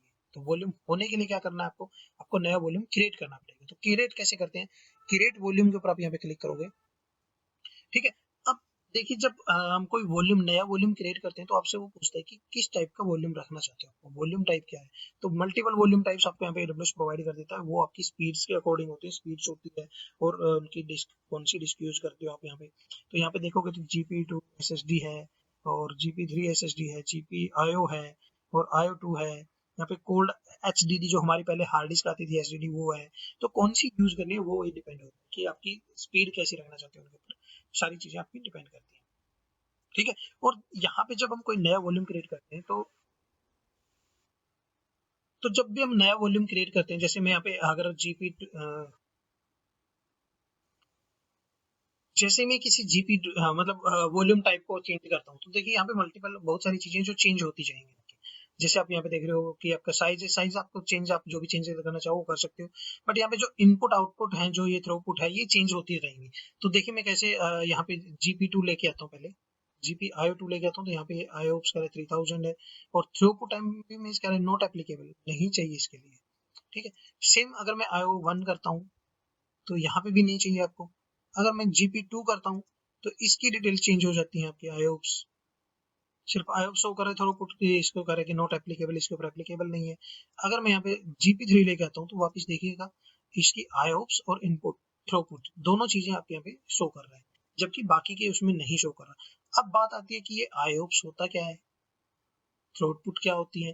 तो IOPS होता है कि इनपुट आउटपुट पर सेकेंड कितनी रहती है आपकी, जो हार्ड डिस्क की स्पीड होती है उसके ऊपर इनपुट आउटपुट कितनी है। तो यहाँ पे ये कह रहा है कि मिनिमम 3000 है इस GP3 के लिए, और मैक्सिमम 16000 तक आप इसको कर सकते हो। सेम यहाँ पे थ्रूपुट में शो करता है मिनिमम आपकी 125 MB है, और मैक्सिमम आपकी 1000 MB तक आप इसको कर सकते हो। बेस लाइन जो डिफॉल्ट है वो आपकी 125 होती है इसके अंदर। ठीक है, तो मैं अभी जो वॉल्यूम क्रिएट कर रहा हूँ, मैं 5 GB का एक वॉल्यूम क्रिएट करूंगा। ठीक है, ताकि मेरे को ज्यादा कॉस्ट ना आए, बट आप चाहो तो उसको अपने अकॉर्डिंग जो भी साइज आपको देना है, 500 GB, 1 TB, 2 TB, 3 TB, जितना भी साइज आपको देना आप यहाँ पे वो दे सकते हो। और यहाँ पे भी आपको देता है लिमिट की कितनी लिमिट तक आप इसको यूज कर सकते हो, मिनिमम 1 GB और मैक्सिमम 1634 मतलब 16 TB के आसपास आप इसका स्पेस दे सकते हो। सॉरी, जीबीज में है ये, तो हाँ टीबी अराउंड इतना टीबी हो जाएगा, 16 TB के आसपास। ठीक है, तो यहाँ पे मैं अभी 5 GB ले रहा हूँ, और यहाँ पे इनपुट आउटपुट में डिफॉल्ट रख रहा हूँ। अगर आप चेंज करना चाहो तो चेंज कर सकते हैं, बट जैसे मैंने आपको यहाँ पे नोट किया हुआ है एक टॉपिक में कि हम IOPS सेटिंग को कैसे मॉडिफाई कर सकते हैं, बट वो क्रिएट करने के बाद कैसे मॉडिफाई करते हैं वो मैं आपको करके दिखाऊंगा। ये हमारा जो ऑप्शन है ये क्रिएट करते टाइम आपको दिखाता है। ठीक है, तो मैं इसको डिफॉल्ट रखता हूँ अभी। और यहाँ पे दूसरी चीज होती है, आपको क्या ध्यान रखना है, जब आप कोई भी वॉल्यूम क्रिएट करते हो तो आपको ये ध्यान रखना है कि जिस सर्वर के ऊपर किस सर्वर के आपको उसको अटैच करना है। मान लो मेरे पास यहाँ पे 1000 सर्वर है, तो मैं यहाँ पे एक बार EC2 के अंदर जाता हूँ। मान लो मेरे पास हमारे EC2 इंस्टेंस के अंदर 1000 सर्वर चल रही है, बट मेरे को उन 1000 सर्वर में से किसी एक सर्वर के ऊपर वॉल्यूम नया क्रिएट करना है। तो जब नया वॉल्यूम आप क्रिएट करोगे तो आपको एक चीज का स्पेसिफिक ध्यान रखना है। वो क्या ध्यान रखना है, वो ध्यान रखना है आपका कि आपका जो सर्वर जिसके ऊपर आपको नया वॉल्यूम अटैच करना है उसका अवेलेबिलिटी जोन क्या है। सेम अवेलेबिलिटी जोन आपको यूज करना पड़ेगा। अगर आपको डिफरेंट अवेलेबिलिटी जोन में क्रिएट कर देते हो वॉल्यूम को, तो जब आप इस किसी भी सर्वर के ऊपर उस सर्वर के ऊपर अटैच करोगे तो वो आपको वहां पे शो नहीं करेगा उस अवेलेबिलिटी जोन के अंदर। एग्जाम्पल के लिए मान लो मेरे पास अभी मेरा ये वेब सर्वर जो है, ये मेरा अवेलेबिलिटी जोन 1B के अंदर रन हो रहा है। ठीक है, और मैं इस नए वॉल्यूम को मैं साउथ ईस्ट A1 1A के अंदर क्रिएट कर देता हूँ। तो जब मैं इस नए वॉल्यूम को मेरे इस सर्वर पे अटैच करने की कोशिश करूंगा तो ये अटैच नहीं होगा। क्यों नहीं होगा, क्योंकि उनकी अवेलेबिलिटी जोन सेम नहीं है। ठीक है, तो ये चीज सेम होनी चाहिए आपकी, तभी आपको अटैच कर सकते हो। तो मैं वापस क्या करता हूँ, मैं वापस अपने वॉल्यूम में एक बार क्या करता हूँ, मैं दो वॉल्यूम क्रिएट करके दिखाता हूँ आपको, एक साउथ A के अंदर और एक साउथ B के अंदर। ठीक है, तो मैं क्या करता हूँ, यहाँ पे इसको डिफॉल्ट इसी डिटेल के साथ में क्रिएट करता हूँ। मैं क्रिएट करके क्यों दिखा रहा हूँ, ताकि आपको पता चल जाए कि वो दिखाएगा कि नहीं दिखाएगा। ठीक है, मैं एक और वॉल्यूम क्रिएट करता हूँ। इसको भी मैं 5 GB ले लेता हूँ, और इसको मैं 1B के अंदर करता हूँ, जो जिसके अंदर हमारा सर्वर है ये 1B। ठीक है, और इसको भी मैं क्या करता हूँ, बाकी की डिफॉल्ट सेटिंग के साथ इसको क्रिएट कर देता हूँ। ठीक है, अब मैं क्या करता हूँ, मेरे पास जो दो वॉल्यूम है दोनों का आपको यहाँ पे क्या स्टेटस शो कर रहा है, अवेलेबल स्टेट है। अवेलेबल स्टेट का मतलब क्या होता है कि मैं इन वॉल्यूम्स को कहीं पे यूज कर सकता हूँ किसी सर्वर के ऊपर, बट वो सर्वर उस अवेलेबिलिटी जोन के अंदर होने चाहिए जिनके ऊपर मुझे उसको यूज करना है। ठीक है, दोनों का स्टेटस है। अगर ये यूज में है तो आप इसको किसी और सर्वर के ऊपर यूज नहीं कर सकते। ठीक है, अब मैं क्या करता हूँ, मैं अपने सर्वर की इंस्टेंस आईडी कॉपी करता हूँ, जो मेरी सर्वर की इंस्टेंस आईडी है, और मैं क्या करता हूँ, जो मैंने वॉल्यूम ए के अंदर क्रिएट किया, साउथ AP साउथ ईस्ट ए के अंदर क्रिएट, साउथ 1A के अंदर क्रिएट किया है, उसको सिलेक्ट करता हूँ और एक्शन में जाता हूँ। एक्शन में हम कर रहे हैं कि ऐसे अटैच कर सकते हैं किसी सर्वर के ऊपर। तो अटैच कैसे करते हैं? अटैच करने के लिए मैं यहाँ पे आता हूँ अटैच के ऊपर, और अगर मैं यहाँ पे कोई सर्वर को सर्च करता हूँ तो देखिए यहाँ पे क्या कह रहा है कि नो मैचिंग रनिंग और stop instance in AP south 1A। मतलब इस रीजन के अंदर कोई भी आपका सर्वर, मतलब इस अवेलेबिलिटी जोन के अंदर आपको कोई सर्वर रनिंग नहीं है। आपको सर्वर को क्रिएट करना है, उसको अटैच कर सकते हो। अब जैसे मैंने आपको बताया कि मेरे को जो नया वॉल्यूम है मेरे को इस सर्वर के ऊपर यूज करना है, बट मेरा ये सर्वर इस रीजन के अंदर है, इस अवेलेबिलिटी जोन के अंदर है। ठीक है, तो ये अवेलेबिलिटी जोन सेम होना चाहिए, तभी आप वॉल्यूम को यूज कर सकते हो। एग्जांपल के लिए मैं वापस क्या करता हूँ, मैं वापस जाता हूँ वॉल्यूम्स के अंदर, और जो दूसरा मेरा वॉल्यूम है जो मैंने 1B के अंदर क्रिएट किया है, जो साउथ 1B के अंदर मैंने क्रिएट किया है, इस वाले को मैं सिलेक्ट करता हूँ और इसके एक्शन में जाता हूँ और इसको अटैच वॉल्यूम पे क्लिक करता हूँ, और यहाँ पे मैं अगर सर्च करता हूँ तो मेरे को मेरा सर्वर शो कर देगा। क्यों? यहाँ पे इसलिए आपको शो कर रहा है क्योंकि दोनों सर्वर के अवेलेबिलिटी जोन है जो वो सेम हो गए हैं। ठीक है, तो सेम अवेलेबिलिटी जोन के अंदर होना चाहिए, ये चीज को आपको ध्यान रखना है। दूसरी चीज आती है आपका डिवाइस नेम। जो आप सर्वर के ऊपर ये वॉल्यूम अटैच कर रहे हो उसका टाइप क्या रखना चाहते हो, डिवाइस नेम क्या रखना चाहते हो। तो यहाँ पे आपको AWS बाय डिफॉल्ट बहुत सारी शो करता है आपके डिस्क के अकॉर्डिंग, आप कोई भी इनमें से यूज कर सकते हो। जैसे मैं यहाँ पे मान लो XVDB यूज करना हूँ। अगर आप सेम फॉर्मेट रखना चाहते हो /dev/SDA, SDA हमारा ऑलरेडी यूज है तो SDA आप नहीं कर सकते हो, बट अगर आप चाहते हो SDB1, SDC, SDC3 वो यूज करना चाहते हो तो आप यहाँ पे क्या कर सकते हो, स्पेसिफाई कस्टम डिवाइस नेम, आप इस पे क्लिक करोगे /dev/SDB1 या जो भी आप रखना चाहते हो वो कर सकते हो। कोई कस्टमाइज नेम आप देना चाहते हो तो यहाँ पे मान लो एग्जाम्पल के लिए मैं स्टडी के लिए करना चाहता हूँ तो वो आप यहाँ पे नाम दे सकते हो, उसका नाम आपको वो शो करेगा। ठीक है, जो भी आपको नाम स्पेसिफिक कस्टमाइज देना है तो उस तरीके से आप यहाँ पे दे सकते हो। ठीक है, और ये नाम आप यहाँ पे देने के बाद इसको सेव कर दोगे। अभी मैंने यहाँ पे नाम को सेव किया, मैंने सर वॉल्यूम को अटैच नहीं किया है। ठीक है, उसके बाद क्या करोगे, अटैच वॉल्यूम कर देते हैं हम इसको। ये क्या कह रहा है कि value/SDB1 for parameter device is invalid, is not a valid device name। Okay, ये डिवाइस नेम जो हमने लिया वो वैलिड नहीं कह रहा है, तो आपको कोई और लेना पड़ेगा। ठीक है, मैं क्या करता हूँ /dev/SDB, सिर्फ 1 नहीं लेता हूँ और सेव कर देता हूँ इसको। दोबारा देखते हैं हम इसको एक बार अटैच करके, और यहाँ पे अभी आपको कोई एरर नहीं देख रही है, और ये कह रहा है कि सक्सेसफुली अटैच्ड वॉल्यूम यहाँ पे, और किस इंस्टेंस के ऊपर अटैच हुआ है, आपका जो सर्वर है यहाँ पे इंस्टेंस आईडी शो करता है।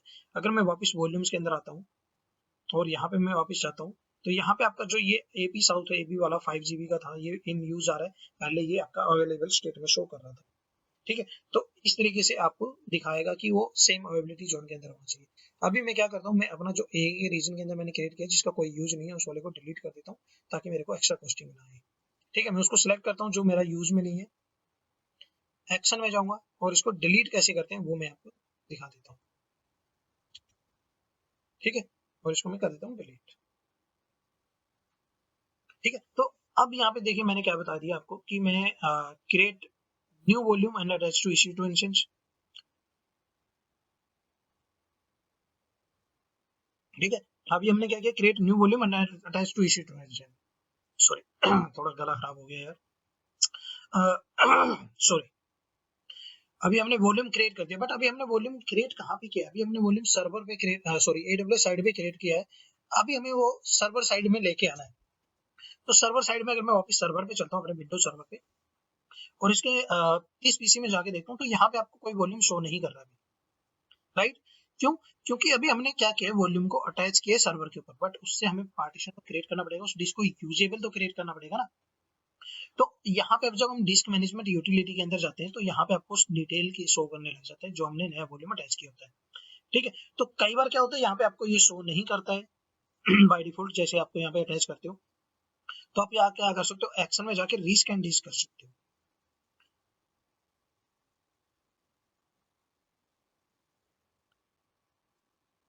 ठीक है, तो जैसे ही आप इसको रीस्कैन डिस्क करोगे तो आपको यहाँ पे आपका जो नया वॉल्यूम आपने अटैच किया वो यहाँ पे शो कर देगा। अगर नहीं शो कर रहा है तो उस केस में आपको सर्वर को फिर रिबूट लेना पड़ता है। ठीक है, और रिबूट करने के बाद आपका वो वॉल्यूम ऑटोमेटिक आ जाता है। ठीक है, उसके बाद आपको क्या करना है, आपको सर्वर पे जाना है और उसको क्या करना है, आपको यहाँ पे इनिशियलाइज करना है। आपको डिस्क जब भी शो कर रहा है, ये ऑफलाइन शो कर रहा है, आपको यहाँ पे जो शो कर रहा है साइन, इससे पता चल रहा है कि आपकी डिस्क अभी ऑनलाइन अननोन स्टेट में है और ऑफलाइन है। तो इसको हमें पहले ऑनलाइन लेके आना पड़ेगा, तो राइट क्लिक करोगे और इसको कर दोगे आप ऑनलाइन। तो अभी ये आपकी डिस्क जो यहाँ पे दिखा रही है अननोन स्टेट नॉट इनिशियलाइज, तो ये आपको कह रहा है कि आपके अननोन स्टेट में ही है, बट अभी हमने ऑनलाइन तो कर दिया उसको, बट इनिशियलाइज नहीं किया है, तो आपको यहाँ पे राइट क्लिक करके दोबारा से उसको क्या करना है, इनिशियलाइज डिस्क करना है। और यहाँ पे पूछता है कि आप जो पार्टीशन क्रिएट कर रहे हो, जो इनिशियलाइज कर रहे हो डिस्क को, किस फॉर्मेट के अंदर आप उसको यूज करना चाहते हो, एमबीआर के अंदर, जीपीटी के अंदर। तो एमबीआर की फुल फॉर्म होती है मास्टर बूट रिकॉर्ड, आपको शो भी कर रहा है। जीपीटी की मतलब होती है जीयूआईडी पार्टीशन टेबल्स, ठीक है। अब एमबीआर बाय डिफॉल्ट क्या होती है, 2 TB तक मैक्सिमम स्पेस लेती है। 2 TB से ऊपर अगर आपको स्पेस एक्सटेंड करना हो किसी भी वॉल्यूम का, तो वहां पे आपको फिर जीपीटी में कन्वर्ट करना पड़ता है उसको, ठीक है। उसको कन्वर्ट करने के लिए बहुत सारे टूल मिल जाते हैं आपको, पेड टूल होते हैं, तो वो यूज करके आप उसको कन्वर्ट कर सकते हो बाद में। और अगर आपको बाद में टूल नहीं मिलती है, आप उसको स्टार्टिंग भी जीपीटी में क्रिएट कर सकते हो। तो अभी के लिए मैं इसको एमबीआर में ही लेता हूँ और ओके कर देता हूँ। अब मेरी डिस्क यहाँ पे बेसिक शो कर रहा है और यहाँ पे ऑनलाइन आ गई है 5 GB। बट अभी भी मेरा यहाँ पे स्पेस क्या कह रहा है कि ये अनएलोकेटेड स्पेस है, तो इसको पहले आपको फिर क्या करना है, वॉल्यूम क्रिएट करना पड़ेगा। तो न्यू राइट क्लिक करेंगे और न्यू सिंपल वॉल्यूम क्रिएट करने के लिए आपको ऑप्शन देते हैं यहाँ पे, नेक्स्ट करेंगे, नेक्स्ट। और यहाँ पे ड्राइव लेटर जो भी लेना है आपको, ठीक है। ड्राइव लेटर से पहले यहाँ पे आपको स्पेस पूछता है कि कितने साइज का आप स्पेस लेना चाहते हो, तो वो आप यहाँ पे क्रिएट करके उस, मान लो आपने 500 GB का स्पेस यहाँ पे वॉल्यूम अटैच कर दिया, बट आप उस चाहो तो उसमें से 2 डिस्क यूज कर सकते हो, 2 पार्टीशन बना के, सी और डी, मतलब 200 GB, 250 GB के वॉल्यूम बना सकते हो, ठीक है। वो स्पेस आपको यहाँ पे डिफाइन करना पड़ता है। अभी मैं पूरा का पूरा स्पेस इसको दे रहा हूँ और नेक्स्ट करता हूँ। ड्राइव लेटर जो भी लेना वो ले सकते हो आप, यहाँ पे मैं डी ड्राइव लेता हूँ और इसको नेक्स्ट कर देता हूँ, ठीक है। ये फॉर्मेट करेगा एनटीएफएस फॉर्मेट के अंदर। अगर आपको फैट है या आरईएफएस न्यू इसका फॉर्मेट जो टाइप है वो है, आप इसको यूज कर सकते हो और इसको नेक्स्ट कर दें। फिनिश करेंगे तो फिनिश करने के बाद आपका न्यू वॉल्यूम आ गया यहाँ पे और ड्राइव राइटर आपको दिखा देगा। अगर मैं यहाँ पे आता हूँ वापस, तो यहाँ पे आपको एक डी ड्राइव राइटर आपको शो कर देगा, ठीक है। तो इस तरीके से आप नया वॉल्यूम अटैच कर सकते हो सर्वर के ऊपर। और create new volume and attach to EC2 instance on AWS console, ठीक है। ये मैं डन कर देता हूँ। इसके नीचे मैं एक और ऐड करता हूँ ऑप्शन, वो है कि आपको how to create drive on Windows server, क्योंकि विंडोज सर्वर के एंड भी हमें बहुत सारे स्टेप करने पड़ते हैं, तो वो चीजें कैसे करते हैं वो भी मैंने आपको करके दिखाई है कि हम डिस्क मैनेजमेंट में जाके वहाँ पे इनिशियलाइज करते हैं और उसको वहाँ पे फिर पार्टीशन क्रिएट करते हैं, उसका वॉल्यूम डिस्क टाइप हम डिफाइन करते हैं कि वो जीपीटी रखना है, एमबीआर रखना है, तो वो चीज हमने यहाँ पे कर ली है, ठीक है। तो ये 2 चीजें हमने यहाँ पे कवर कर दी, ठीक है। यहाँ तक हमने ये टॉपिक कवर कर लिए हैं अभी तक। अभी हमारे पास टॉपिक और भी बचे हैं, इनके साथ में बीच में कोई और ऐड करना होगा तो मैं ऐड करता रहूंगा, डोंट वरी, ठीक है। उसके बाद आता है कि extend space on EC2 volume, मतलब जो मेरे पास मान लो ऑलरेडी वॉल्यूम यूज हो रहा है, मान लो मेरे पास ये 5 GB वॉल्यूम था, बट मेरे को स्पेस की रिक्वायरमेंट होगी कि मेरे को इसको 100 GB करना है, 200 GB करना है, 500 GB करना है या 10 GB करना है एग्जांपल के लिए। तो जितना भी स्पेस आपको देना है उसको कैसे एक्सटेंड कर सकते हो, वो चीज कैसे करोगे आप। तो उसके लिए आप क्या करोगे, आपके AWS सर्वर पे जाओगे वापस कंसोल के अंदर, और जिस वॉल्यूम का स्पेस आपको एक्सटेंड करना है, तो मेरे पास अभी 2 वॉल्यूम है, तो हो सकता है आपके पास सर्वर के ऊपर हजारों वॉल्यूम अटैच, मतलब AWS अकाउंट के ऊपर हजारों वॉल्यूम हो। तो आपको आइडेंटिफाई करना है कि मेरे को कौन से वाले वॉल्यूम के अंदर स्पेस एक्सटेंड करना है। तो उसके लिए आप क्या करोगे, आप अपने EC2 इंस्टेंस पे जाओगे और जिस सर्वर के ऊपर आपको वॉल्यूम अटैच करना है उस वॉल्यूम को, उस सर्वर को सिलेक्ट करोगे, ठीक है। उस सर्वर को सिलेक्ट करने के बाद उसके स्टोरेज में जाओगे। स्टोरेज में जाने के बाद आपको ये दिखा देगा कि मेरा इस सर्वर है जो, इसके ऊपर कौन कौन सी वॉल्यूम, कौन कौन सी डिस्क अटैच हो रखी है। तो अभी मेरे पास एक ही शो कर रहा है, मैं इसको पेज को रिफ्रेश करता हूँ दोबारा से एक बार, तो जो दूसरा 5 GB का मैंने वॉल्यूम इसके ऊपर अटैच किया वो भी आपको यहाँ पे रिफ्लेक्ट कर देगा रिफ्रेश होने के बाद।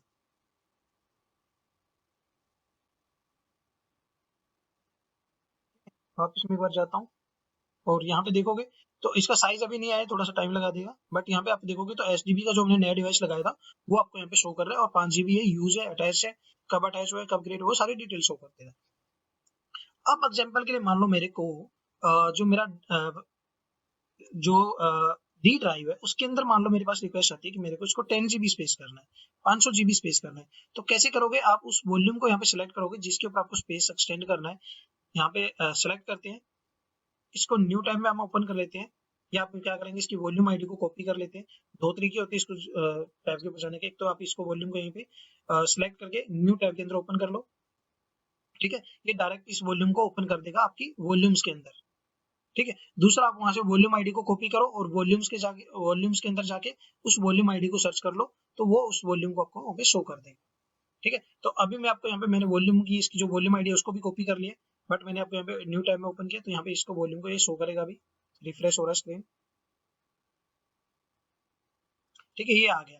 अगर आप वहां से नहीं करते हो तो आप वॉल्यूम आईडी कॉपी करके ले जाते हो, तो जैसे मैं इस फिल्टर को हटा देता हूँ यहाँ पे, और यहाँ पे वॉल्यूम्स के अंदर अभी मेरे पास 2 है, मान लो 1000 वॉल्यूम हो तो आप उस वॉल्यूम आईडी को यहाँ पे पेस्ट कर दोगे और यहाँ पे आपको वो वॉल्यूम आईडी शो कर देगा। तो उस वॉल्यूम आईडी को आप यहाँ पे सर्च करोगे और यहाँ पे आपको उस वॉल्यूम आईडी की डिटेल मिल जाएगी। फिर उसको आपको सेलेक्ट करना है। सेलेक्ट करने के बाद आप क्या करोगे, एक्शन में जाओगे वापिस, और आपको यहाँ पे आपको एक ऑप्शन देता है मॉडिफाई वॉल्यूम। मॉडिफाई वॉल्यूम के ऊपर जाओगे आप, और मॉडिफाई वॉल्यूम के ऊपर जाने के बाद आपको कितना स्पेस देना है उसके ऊपर। अभी मान लो मेरे को इसको 10 GB करना है, तो मैं इसको 10 GB कर 10 GB कर दूंगा, ठीक है। बट एक चीज का आपको ध्यान रखना है, जो स्पेस आपने बना दिया यहाँ पे, मतलब 10 GB है, आप उसको इंक्रीज कर सकते हो, आप उसको कम नहीं कर सकते। बाद में आप उसको डिलीट करके फिर नया वॉल्यूम दोबारा से अटैच करना पड़ता है। बट अगर आपको स्पेस को इंक्रीज करना है तो आप वो इंक्रीज कर सकते हो। एग्जाम्पल के लिए मेरे पास अभी 5 GB था, अगर मैं मान लो इसको 4 GB करता हूँ, तो ये क्या कह रहा है कि the size of A volume can only be increase not decrease. यहाँ से हम उस साइज को इंक्रीज कर सकते हैं, डिक्रीज नहीं कर सकते, ठीक है। एग्जाम्पल के लिए मान लो आपके पास 500 GB का वॉल्यूम पहले सर्वर पे यूज हो रहा था, और अब बाद में कंपनी की रिक्वायरमेंट आती है कि मेरे पास 500 GB की रिक्वायरमेंट नहीं है, मेरे को 100 GB का एक वॉल्यूम दे दो। तो आप उस वॉल्यूम को 500 GB से 100 GB पे नहीं लेके आ सकते, बट आप क्या कर सकते हो, आपने एक नया वॉल्यूम क्रिएट करके 100 GB का उस सर्वर के ऊपर अटैच कर दोगे। उस पे सर्वर पे अटैच करने के बाद जो उसके अंदर डाटा है, उस डाटा को उसके अंदर कॉपी कर दोगे। कॉपी करने के बाद जो आपका 500 GB का वॉल्यूम है उसको डिटैच कर दोगे सर्वर से, और डिटैच करने के बाद आप उसको डिलीट कर दोगे, और आपका नया 100 GB वाला वॉल्यूम आप इस पे यूज कर लोगे कंटिन्यू। तो उस तरीके से आप यूज कर सकते हो, बट डिक्रीज नहीं कर सकते हो आप स्पेस किसी सेम वॉल्यूम का, ठीक है। बढ़ा सकते हो, ठीक है। मैं इसको 10 GB करता हूँ, इनपुट आउटपुट में भी डिफॉल्ट रखता हूँ और मॉडिफाई कर देता हूँ, और यहाँ पे कह रहा है कि मॉडिफाई, ठीक है। तो मैंने जैसे यहाँ पे मॉडिफाई किया, यहाँ पे तो 10 GB आ गया, बट मैं भी अपने अगर AWS कंसोल पे जाता हूँ, यहाँ पे मैं एक बार रिफ्रेश करता हूँ, तो क्या यहाँ पे मेरा 10 GB आ जाएगा? नहीं आया अभी, ठीक है। तो मैं डिस्क मैनेजमेंट के अंदर जाता हूँ, तो यहाँ पे भी मेरे को अभी वो 5 GB शो कर रहा है, राइट। तो मैं वापस क्या करूंगा, मैं अपने एक्शन में जाऊंगा, रीस्कैन डिस्क करूंगा, और रीस्कैन डिस्क करने के बाद जो मैंने नया स्पेस ऐड किया है इसके अंदर, वो आपको यहाँ पे अलग से शो कर देगा कि 5 GB का और स्पेस आपने इसके अंदर ऐड किया है, ठीक है। तो उसके लिए आप क्या करोगे, अब आपके डी ड्राइव पे जाओगे वापस, और यहाँ पे राइट क्लिक करके क्या करोगे, इसको एक्सटेंड वॉल्यूम कर दोगे, एक्सटेंड नेक्स्ट, और ये जो 5 GB का नया स्पेस हमने इसके अंदर लिया वो स्पेस आप यहाँ पे ऐड कर दोगे। अगर आपको 5 GB में से 2 GB देना है इसको, तो यहाँ पे 2 GB लिख दीजिए और आप नेक्स्ट करके ऐड कर दीजिए, तो 2 GB ऐड हो जाएगा। बट अभी के लिए मैं पूरा GB का 5 GB इसको देना चाहता हूँ, नेक्स्ट करता हूँ, फिनिश करता हूँ, तो मेरा यहाँ पे 10 GB का वॉल्यूम हो जाएगा, ठीक है। वापिस ए ड्राइव के अंदर आते हैं, यहाँ पे पेज को रिफ्रेश करते हैं, और यहाँ पे मेरा स्पेस है जो वो 10 GB हो गया।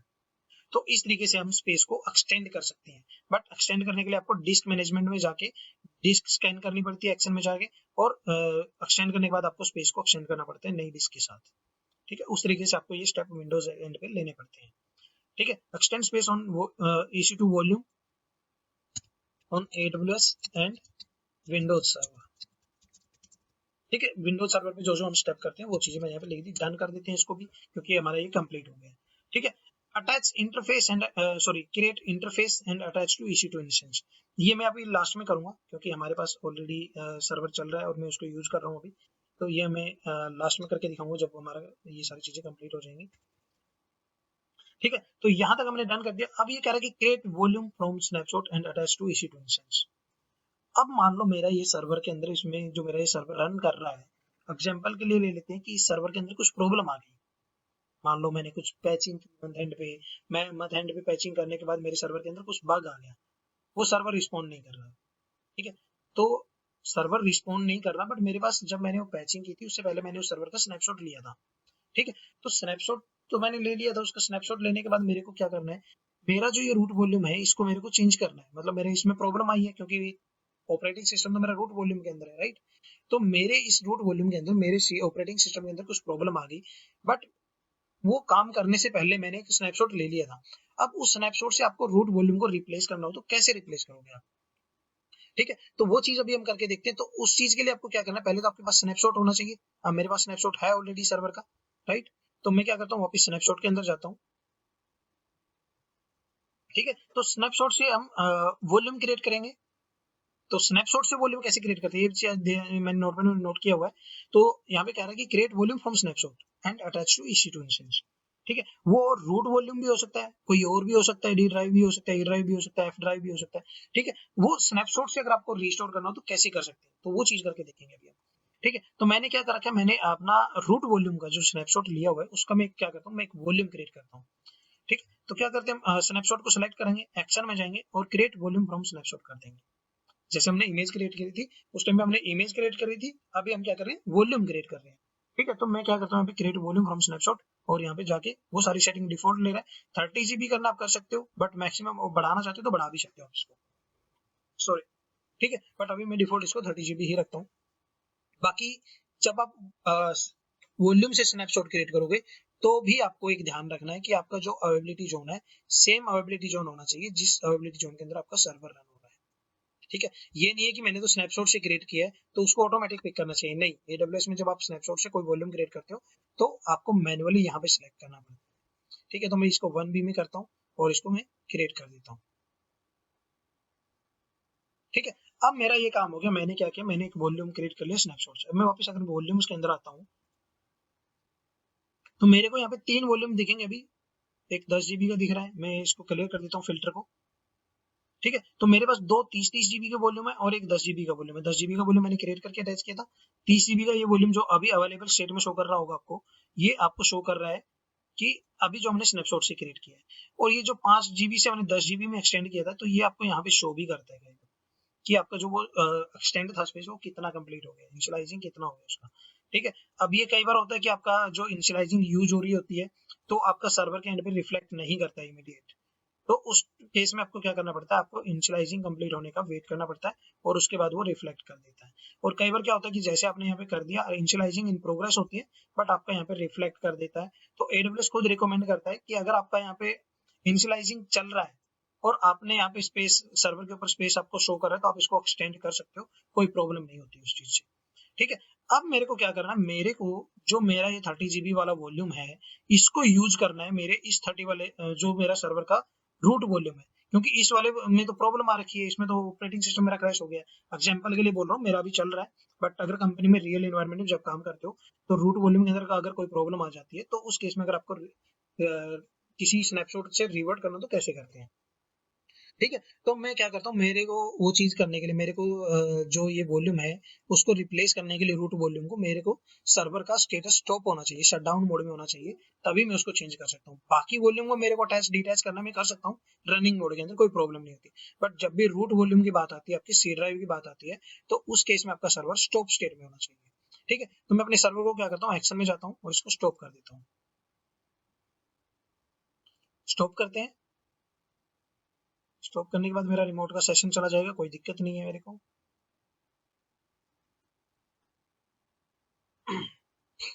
ठीक है। मैं दोनों की वॉल्यूम आईडी आपको एक बार दिखा देता हूँ। जो ये वॉल्यूम अभी जो मेरा सर्वर के ऊपर यूज हो रहा है वो वॉल्यूम मेरा कौन सा है, ये वाला। मैं एक बार इसको ना न्यू टैब के अंदर ओपन कर लेता हूँ ताकि आपको पता चलता रहे कि ये वाला मैं यूज कर रहा हूँ अभी सर्वर के ऊपर। और जो मेरा दूसरा वॉल्यूम अभी हमने क्रिएट किया स्नैपशॉट से 30 GB वाला, वो मैं अभी यूज नहीं कर रहा हूँ। मैं इसको भी न्यू टैब में ओपन कर लेता हूँ। ये लास्ट में मैंने ओपन कर लिया इसको। ठीक है। अभी आपको क्या करना है, जैसे मेरा सर्वर स्टॉप चला जाता है, स्टॉप मोड में आ जाता है, तो आपको क्या करना है, आपका जो 30 GB वाला रूट वॉल्यूम है इसको डिटैच करना है सर्वर से। अब अटैच डिटैच कैसे करते हैं वो बताता हूँ मैं आपको। ठीक है। Create volume slash and attach to EC two instance, और यहाँ पे मैं डाल भी देता हूँ हाउ, वो कोई भी वॉल्यूम हो सकता है, how to attach and detach volumes in AWS console. ठीक है। कैसे कर डिटैच कर सकते हैं, कैसे अटैच कर सकते हैं। ठीक है। मेरा सर्वर हो गया स्टॉप स्टेट में चला गया। अब मेरे का जो ये 30 GB वाला वॉल्यूम है, इस वॉल्यूम को मेरे को सर्वर से हटाना है। ठीक है। तो उसके लिए क्या करना है, इस वॉल्यूम को आप ओपन कर लो या तो न्यू टैब में, जो मेरा अटैच है ऑलरेडी। तो मैंने यहाँ पे ये ऑलरेडी ओपन कर रखा है 3267 वाला वॉल्यूम मैंने यहाँ पे ऑलरेडी ओपन किया हुआ है। ठीक है। तो मैं क्या करूंगा, इस वॉल्यूम को ओपन करने के बाद एक्शन के अंदर जाऊंगा और यहाँ पे मेरे को ऑप्शन दे देता है डिटैच का, क्योंकि अभी ये यूज हो रहा है सर्वर के ऊपर तो डिटैच का ऑप्शन देता है। अगर ये यूज नहीं हो रहा होता तो आपको अटैच का ऑप्शन दे रहा होता। जैसे कि मैं दूसरे वाले वॉल्यूम पे जाता हूँ जो हमने नया क्रिएट किया है, एक्शन में जाता हूँ तो यहाँ पे आपको अटैच करने का ऑप्शन दे रहा है, डिटैच करने का ऑप्शन नहीं दे रहा। ठीक है। तो मैं पहले क्या करता हूँ, इस 30 GB वाले वॉल्यूम को डिटैच करता हूँ। ठीक है। इसको मैंने डिटैच कर दिया। तो जैसे मैं इसको डिटैच कर दूंगा, ये वाला वॉल्यूम है जो वो अवेलेबल स्टेट में आ जाएगा।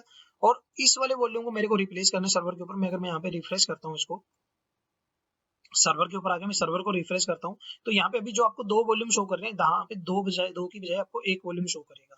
दूसरी चीज, जब भी आपको रूट वॉल्यूम को रिप्लेस करोगे तो आपको जो डिवाइस टाइप, जो डिवाइस नेम है वो सेम रखना है जो पहले है आपका।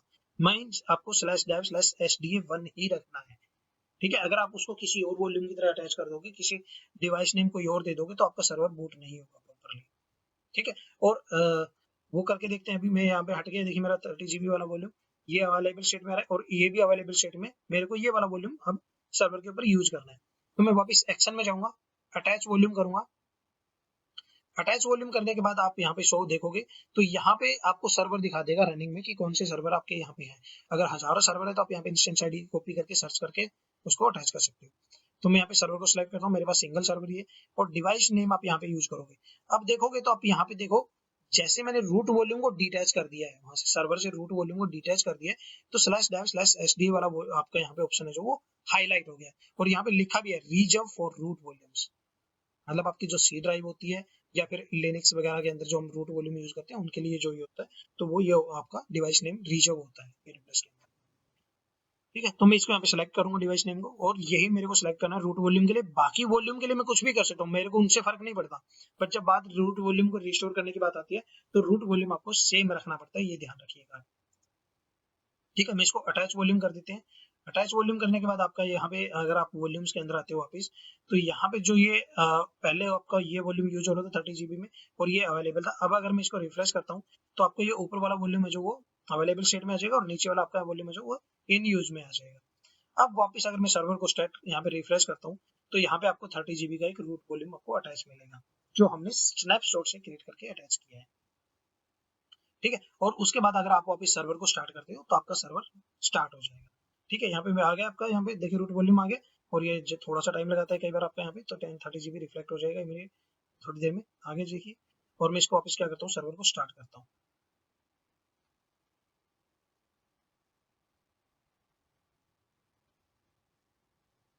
ठीक है, जैसे हम वापस सर्वर को स्टार्ट करते हैं, मैं क्या करता हूँ, वापस सर्वर का पब्लिक आईपी लेता हूँ अपने का।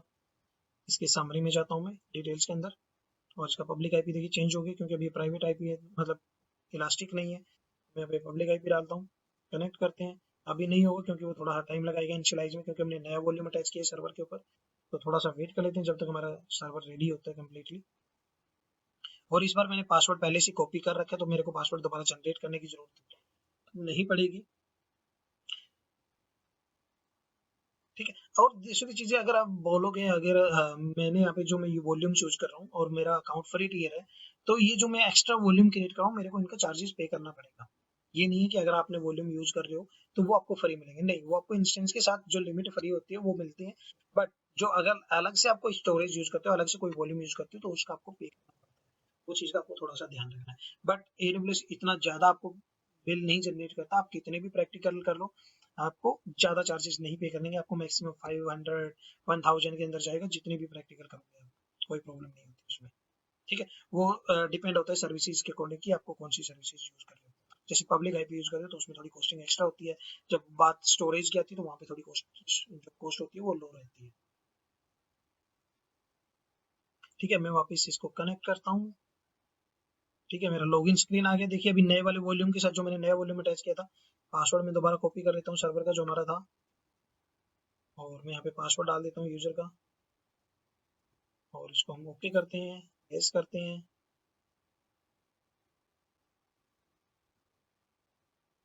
तो इस तरीके से अगर आपके जो पहले सर्वर चल रहा था उसमें कोई प्रॉब्लम आ जाती है, तो उस केस में अगर आपको रूट वॉल्यूम को, आपके सी ड्राइव को रिप्लेस करना हो स्नैपशॉट वॉल्यूम से, तो वो कैसे क्रिएट करते हैं स्नैपशॉट से वॉल्यूम, और कैसे हम उसको अटैच कर सकते हैं और अपने सर्वर को रनिंग मोड में लेके आ सकते हैं वापस, तो वो चीजें कैसे होती हैं।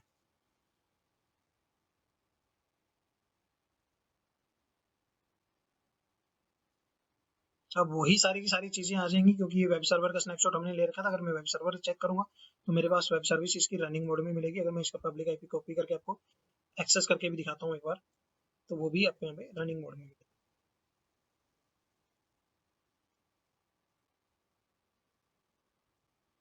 ठीक है, this is my first web server, यहाँ पे देख सकते हो, क्योंकि हमने ये volume web server service install करने के बाद स्नैपशॉट क्रिएट किया था और स्नैपशॉट से हमने वापस रिवर्ट किया, तो वो सारी चीजें आपकी वापस आ जाती है जो पहले चल रही होती है, जो डाटा उसके अंदर होता है आपका।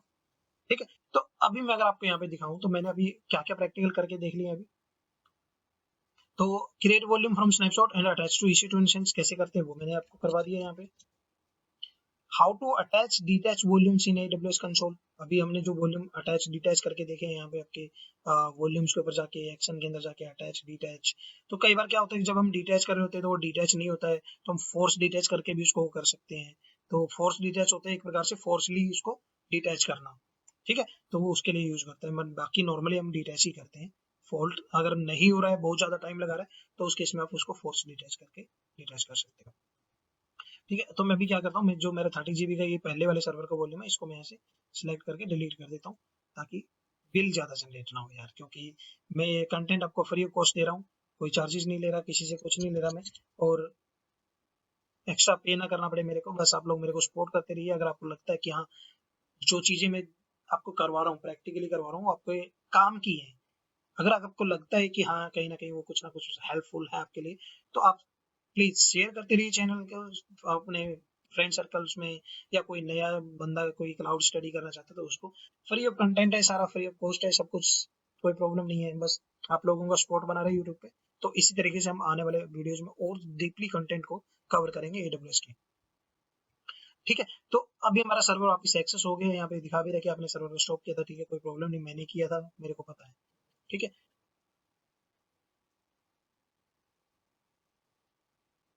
तो यहाँ तक हमारे टॉपिक कवर हो गए हैं, तो मैं इनको डन कर देता हूँ। उसके बाद हमारे पास क्या बचता है कि अगर आपके पास कोई रिक्वायरमेंट आती है कि जो मेरे पास वॉल्यूम यूज हो रहा है, मान लो मेरे पास C ड्राइव है या D ड्राइव है जो यूज हो रहे हैं, उनको मेरे को उनकी IOPS जो इनपुट आउटपुट पर सेकंड है वो चेंज करनी है, तो वो कैसे चेंज कर सकते हैं। ठीक है, तो वो चेंज करने के लिए क्या करना है, आपको कुछ ज्यादा करने की जरूरत नहीं है, तो उसके लिए आपको क्या करना है, आपको जिस वॉल्यूम की चेंज करनी है, तो एग्जाम्पल के लिए मैं इनको सबको एक बार डिटेच कर देता हूँ, यहाँ से बंद कर देता हूँ, अपने सर्वर पे जाता हूँ, स्टोरेज के अंदर जाता हूँ, और यहाँ से जिस वॉल्यूम की आपको चेंज करनी है IOPS इनपुट आउटपुट पर जो जो है डिटेल्स है, तो उस वॉल्यूम को आप सेलेक्ट ओपन करोगे न्यू टैब के अंदर। न्यू टैब के अंदर ओपन करने के बाद आप उसको सेलेक्ट करोगे, सेलेक्ट करने के बाद आपको क्या करना है, एक्शन के अंदर जाना है, तो मैं एक बार दिखाता हूँ आपको साथ के साथ। तो मैंने यहाँ पे वॉल्यूम को सर्च किया डायरेक्टली वहीं से अपने सर्वर के ऊपर से, तो ये डायरेक्ट उसको सिलेक्ट कर लेता है, वॉल्यूम्स के अंदर फिल्टर कर लेता है, और जैसे ही वॉल्यूम की डिटेल आपको यहाँ पे शो करती है तो हम उस वॉल्यूम को सिलेक्ट करेंगे। ठीक है, ये वॉल्यूम आ गया मेरा, इसको मैं सिलेक्ट करता हूँ, एक्शन के अंदर जाता हूँ, और वापस हम इसको क्या करेंगे, मॉडिफाई वॉल्यूम के ऊपर क्लिक करेंगे, और आपको चेंज क्या करना है वो चीज आपके ऊपर डिपेंड करती है। तो चेंज करना, मान लो मेरे को इनपुट है इसकी वो 45,000 करनी है, सॉरी 4500 करनी है। ठीक है, तो यहाँ पे भी आप बढ़ा सकते हो, कम नहीं कर सकते हो मिनिमम से। ठीक है, मैंने अब इसको चेंज कर दिया, इसको मैं 150 कर देता हूँ एग्जाम्पल के लिए, तो ये आपको चेंज करनी हो, वो आपको ये नहीं ये टेंशन लेने की जरूरत नहीं कि मेरे को कैसे पता चलेगा कि मेरे को कितने चेंज करनी है। वो एप्लीकेशन टीम होती है जो भी उस सर्वर को यूज कर रहा था, वो आप लोगों को बताते हैं कि भाई मेरे को ना ये वॉल्यूम जो मेरा है इसके ऊपर इतनी इनपुट आउटपुट मेरे को इंक्रीज करवानी है। वो जो भी एप्लीकेशन उन सर्वर को यूज कर रहे होते हैं, वो हो सकता है वेंडर ने उनको सजेस्ट किया हो सकता है AWS ने उनको रिकमेंड किया हो कि आप इतना यूज कर रहे हो तो आपकी एप्लीकेशन नॉर्मली चलेगी, तो तब आपके पास वो रिक्वायरमेंट आती है और वो एप्लीकेशन आपको बताती है कि कितने करनी है आपको। ठीक है, और आप इसको क्या कर दोगे, मॉडिफाई कर दोगे, मॉडिफाई करोगे, तो अभी आपकी जो पहले ये 3000 की लिमिट थी वो आपको यहाँ पे भी जो शो कर रहा है, जो जिस वॉल्यूम की हमारे 10 GB वाले वॉल्यूम की से है, तो ये शो कर रहा है जो, तो इसको हम रिफ्रेश करेंगे तो इसका आपको यहाँ पे चेंज हो जाएगा। बट यहाँ पे कुछ एरर दिया है इसने, you have reach the maximum modification rate per volume limit, wait at least 6 hour between modification per ABS volumes. अब यहाँ पे इसने ये एरर दिया है कि आपने जो आपकी जो लिमिट है किसी भी वॉल्यूम को मॉडिफाई करने की, वो आप रीच कर चुके हो, अभी हम उसको रीच कर चुके हैं। अगर मेरे को उसको दोबारा मॉडिफाई करना है तो मेरे को एटलीस्ट 6 आवर्स वेट करना पड़ेगा उस चीज के लिए। ठीक है, तो मैं क्या करता हूँ, मैं अपने C ड्राइव वाला जो मेरा वॉल्यूम है उसको मैं यहाँ पे अटैच वो मॉडिफाई करता हूँ। तो मैं इसके एक्शन में जाता हूँ, क्योंकि हमने इसको तो भी स्पेस एक्सटेंड किया था 5 GB से 10 GB, बट इसको हमने मॉडिफाई नहीं किया है, तो मैं एक बार इसको ट्राई करता हूँ मॉडिफाई करने की, ताकि आपको जो प्रैक्टिकल करने का मैंने पर्पज दिया हुआ मॉडिफाई शो की बोला है कि 100% करके दिखाऊंगा, तो वो करके दिखाऊंगा, ताकि आप लोग ये देख सको कि वो रिफ्लेक्ट करती है कि नहीं करती है। ठीक है, हम इसको 150 GB करता हूँ और मॉडिफाई करते हैं। और यहाँ पे देखिए इसने क्या किया, request volume modification of volume has been increased. क्यों? क्योंकि इसके ऊपर हमने कोई मॉडिफाई नहीं किया, सिर्फ इसको मॉडिफाई किया, तो ये सक्सेसफुली मॉडिफाई हो गया। तो इस तरीके से हम किसी भी वॉल्यूम्स की आयोप्स और थ्रूपुट चेंज करनी हो तो चेंज कर सकते हैं। ठीक है, तो हो सकता है इसमें भी कोई डाउट नहीं आपको, ये भी हमने कवर कर लिया, छोटा सा टॉपिक था ये, ज्यादा वो नहीं था। अब बात आती है replace the root volume from snapshot, हमने ये भी कवर कर लिया है। Create interface and attach to EC two टेंशन की हम बाद में करेंगे। Snapshot life cycle, snapshot life cycle क्या होता है? स्नैपशॉट लाइफ साइकिल, जैसे अभी हम स्नैपशॉट ले रहे हैं वो हम मैनुअली ले रहे हैं, राइट? अब मैनुअली स्नैपशॉट हो सकता है कई बार आपको नहीं पता हो, आप कोई स्नैपशॉट को शेड्यूल करना चाहते हो, तो शेड्यूल कैसे कर सकते हैं स्नैपशॉट को, वो चीज होती है स्नैपशॉट लाइफ साइकिल। तो ये भी आपको EC2 के अंदर ही ऑप्शन देता है। यहाँ पे लाइफ साइकिल मैनेजर का ऑप्शन मिलता है आपको इलास्टिक ब्लॉक स्टोर के अंदर, अगर आपको लाइफ साइकिल मैनेजर के अंदर चाहते हो। और यहाँ पे आपको शो करता है कि पॉलिसी क्रिएट करनी है, पहले तो आपको क्या रखनी है, मैं डिफॉल्ट रखता हूँ इसको। EBS स्नैपशॉट पॉलिसी रखनी है, EBS बैकएंड में पॉलिसी रखनी है, तो जो भी रखनी है वो आप यहाँ पे ले सकते हो। तो हम स्नैपशॉट के लिए पॉलिसी क्रिएट कर लेते हैं एक बार। नेक्स्ट स्टेप करते हैं। अब ये बोल रहा है कि आपको जो स्नैपशॉट लेना है वो किसका लेना है, वॉल्यूम का लेना है या इंस्टेंस का लेना है। तो एग्जांपल के लिए किसी पर्टिकुलर वॉल्यूम का स्नैपशॉट लेना हो तो वॉल्यूम का ले सकते हो, किसी इंस्टेंस का लेना हो तो इंस्टेंस का ले सकते हो। ठीक है, यहाँ पे आप उसकी डिटेल डाल दोगे, नाम जैसे टारगेट रिसोर्स टैग डाल दो, तो रिसोर्स टैग होना चाहिए आपके पास यहाँ पे। अब यहाँ पे देखो, अभी मेरे सर्वर के ऊपर कोई टैग नहीं ले रखा है, ठीक है, वॉल्यूम के ऊपर भी मैंने कोई टैग नहीं ले रखा है, तो इसलिए आपको यहाँ पे कोई वॉल्यूम शो नहीं करेगा, कोई इंस्टेंस आईडी शो नहीं करेगी। तो अगर मैं अपने सर्वर के ऊपर टैग में जाके एक टैग ऐड कर देता हूँ, मैनेज टैग, और उसका नाम डाल देता हूँ मैं वेब सर्वर, एक और ऐड करता हूँ मैं इसके ऊपर ऐप 102, सेव करते हैं और वापस लाइफ साइकिल जो पॉलिसी क्रिएट कर रहे हैं उसके अंदर आते हैं, तो ऐप नाम का टैग आपको यहाँ पे रिफ्लेक्ट कर देगा। जैसे हम इसको रिफ्लेक्ट करेंगे और ऐड करेंगे, a value is required, just a minute. Okay, इस जो ऐप है ये ऐप की वैल्यू, जो वैल्यू है यहाँ पे ये रिफ्लेक्ट कर देती है। अगर आपको रिफ्लेक्ट करनी रही है तो आप उसको मैनुअली टाइप करके भी कर सकते हो। तो मैंने यहाँ पे ऐप को लिया और इसकी वैल्यू क्या है, 1024 है। और यहाँ पे डिस्क्रिप्शन डाल सकते हो, जो मैनेजर की डिस्क्रिप्शन रखनी है आपको, जो भी रखना है, स्नैपशॉट ऑटोमेटिक स्नैपशॉट। ठीक है, IAM रोल में डिफॉल्ट रखता हूँ, टैग ऑप्शन में यहाँ पे डिफॉल्ट रखता हूँ, और पॉलिसी स्टेटस में यहाँ पे इनेबल कर देता हूँ। नेक्स्ट करते हैं। एरर क्यों दे,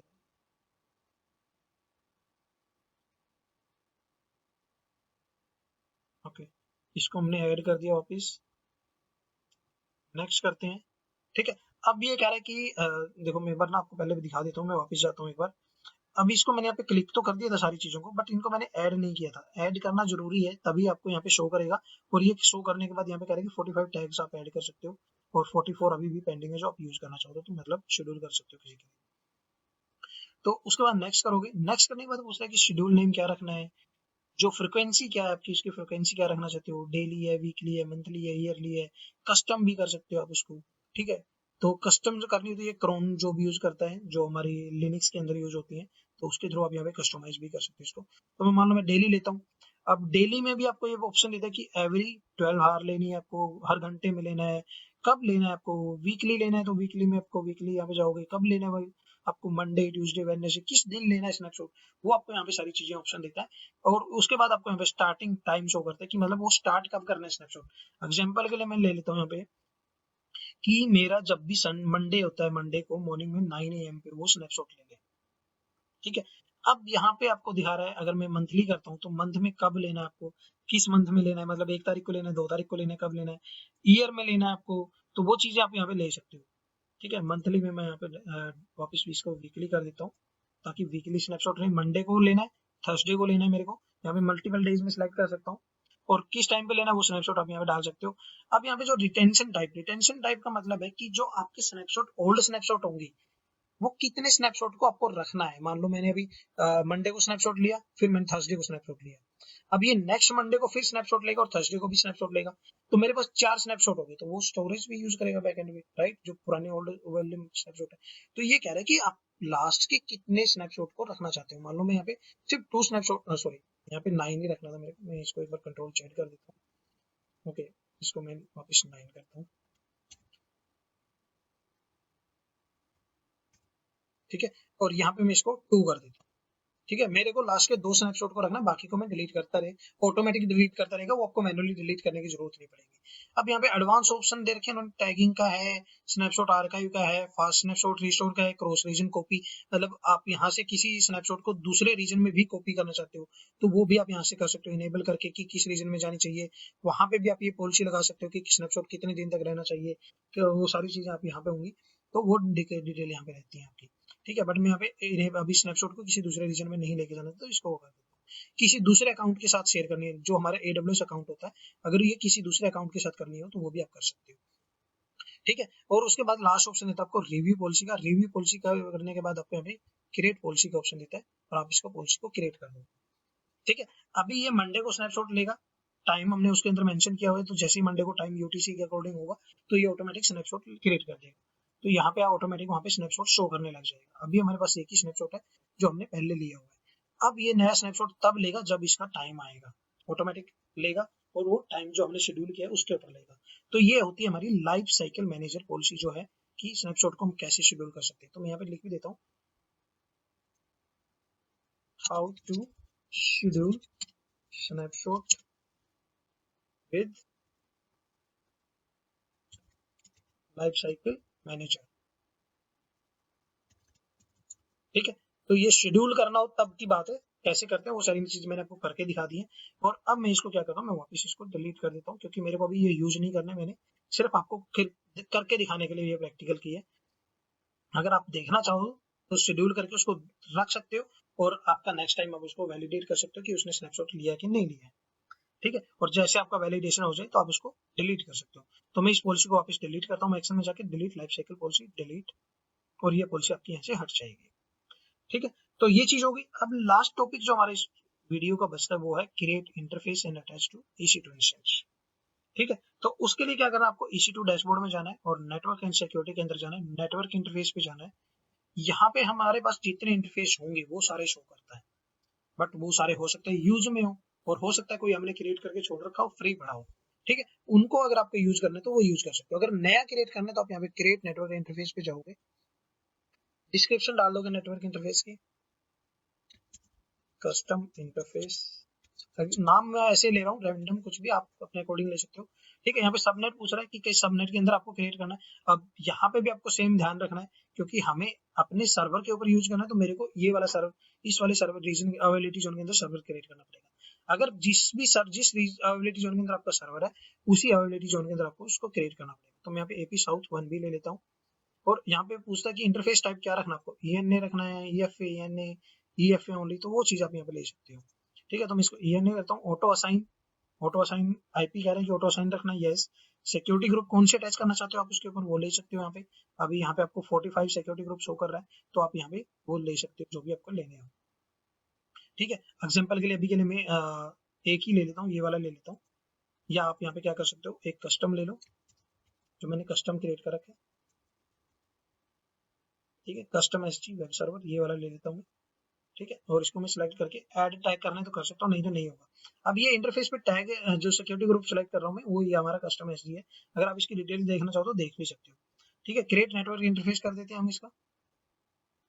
अभी हमने नेटवर्क इंटरफेस को क्रिएट किया है, अभी हमने उसको कहीं पे अटैच नहीं किया है। अगर मैं यहाँ पे आपको थोड़ा सा राइट साइड में जाके दिखाता हूँ, तो यहाँ पे ये शो भी करता है कि ये सिक्योरिटी, इसके ऊपर ये 2 सिक्योरिटी ग्रुप है, इसके ऊपर ये सिक्योरिटी ग्रुप है, यहाँ पे हमारा ये क्रिएट हो रखा है, ये VPC डिटेल है जहाँ पे हमारे वो है, और इंस्टेंस आईडी भी दिखा देगा कि किस इंस्टेंस आईडी के ऊपर वो अटैच है, और ये यूज में है, ये अवेलेबल है, अभी फ्री है मतलब। ठीक है, तो आपको अगर ये यूज करना है तो आप यहाँ से भी यूज कर सकते हो, ये मैं इंस्टेंस आईडी कॉपी करके, और इसको सेलेक्ट कर लेता हूँ इंटरफेस को, एक्शन में जाके एसोसिएट एड्रेस या अटैच इंटरफेस, अटैच के ऊपर क्लिक करूंगा। VPC डिफॉल्ट ही है, तो आपको अगर कस्टम है तो आप कस्टम यूज कर सकते हो। अभी मेरे पास एक ही सर्वर चल रहा है, तो मैं उसी सर्वर के ऊपर इसको अटैच कर रहा हूँ, और यहाँ पे मैं इसकी डिटेल डिफॉल्ट रखता हूँ और इसको अटैच करता हूँ। तो आपको ये पता है कि आप एक सर्वर के ऊपर मल्टीपल इंटरफेस अटैच कर सकते हो। ठीक है, तो यहाँ पे मैं अगर आता हूँ, तो मैं सर्वर के ऊपर आता हूँ, और यहाँ पे इसके इंटरफेस के अंदर जाके मैं देखता हूँ, तो मेरे को यहाँ पे 2 इंटरफेस दिखेंगे। इथरनेट के अंदर जाता हूँ, तो यहाँ पे 1 2 2 इंटरफेस शो कर रहा है, राइट। अगर मेरे को किसी एक को हटाना है तो मैं किसी एक को हटा देता हूँ। मान लो मैं इसी वाले इंटरफेस को वापस हटाता हूँ, एक बार एक्शन में जाके डिटैच कर देता हूँ, और इसको फोर्स डिटैच करना है तो कर सकते हो, नहीं तो अब छोड़ दीजिए। डिटैच करता हूँ और वापस सर्वर पे जाके देखता हूँ, तो यहाँ पे मैं अगर दोबारा से इस पेज को रिफ्रेश करता हूँ एक बार,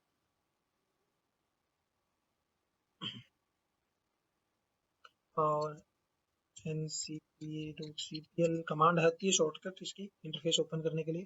तो यहाँ पे देखिए अभी आपको एक ही इंटरफेस शो कर रहा है। मैं एक बार दोबारा से रिफ्लेक्ट करके दिखाता हूँ इसको अटैच करके। डिटैच हुआ नहीं शायद अभी, तो इसको आप एक बार रिफ्रेश करके देख सकते हो, अवेलेबल है। ठीक है, दोबारा अटैच करते हैं। VPC डिफॉल्ट है, इंस्टेंस आईडी अटैच। वापिस सर्वर पे जाता हूँ, रिफ्रेश करता हूँ इसको, तो दूसरा इंटरफेस आपको यहाँ पे शो कर देगा, उस पर IP एड्रेस मिल जाएगा।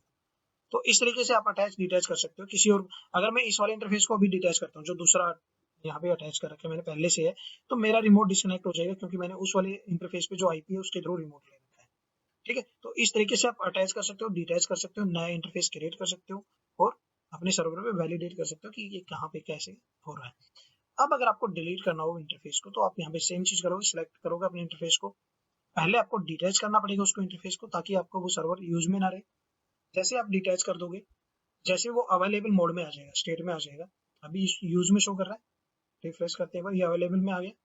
सेलेक्ट करेंगे, एक्शन में जाएंगे, डिटैच कर देंगे, डिलीट कर देंगे इसको। अब ये इंटरफेस आपका डिलीट हो जाएगा।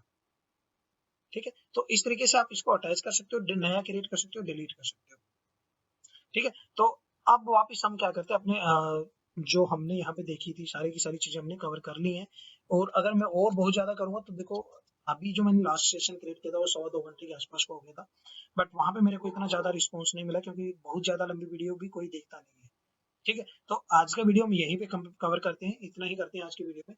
नेक्स्ट वीडियो में मैं आपको और टॉपिक कवर करूंगा, मैं आपको डिटेल्स में दे दूंगा कि कौन कौन से टॉपिक आपको कवर करवाने वाला हूँ। तो अभी इतना ही कवर करते हैं, और जो करने के बाद हमने क्या करना है, जैसा मैंने आपको बताया है कि जो जो सर्विसेज हमने यूज की है उनको हम क्या करेंगे, डिलीट करते जाएंगे। तो अभी हमने क्या किया, पहले हमने सर्वर को क्रिएट किया है, तो जो हमारा सर्वर हमने क्रिएट किया है उसको हम सेलेक्ट करेंगे और उसको कर देंगे हम टर्मिनेट।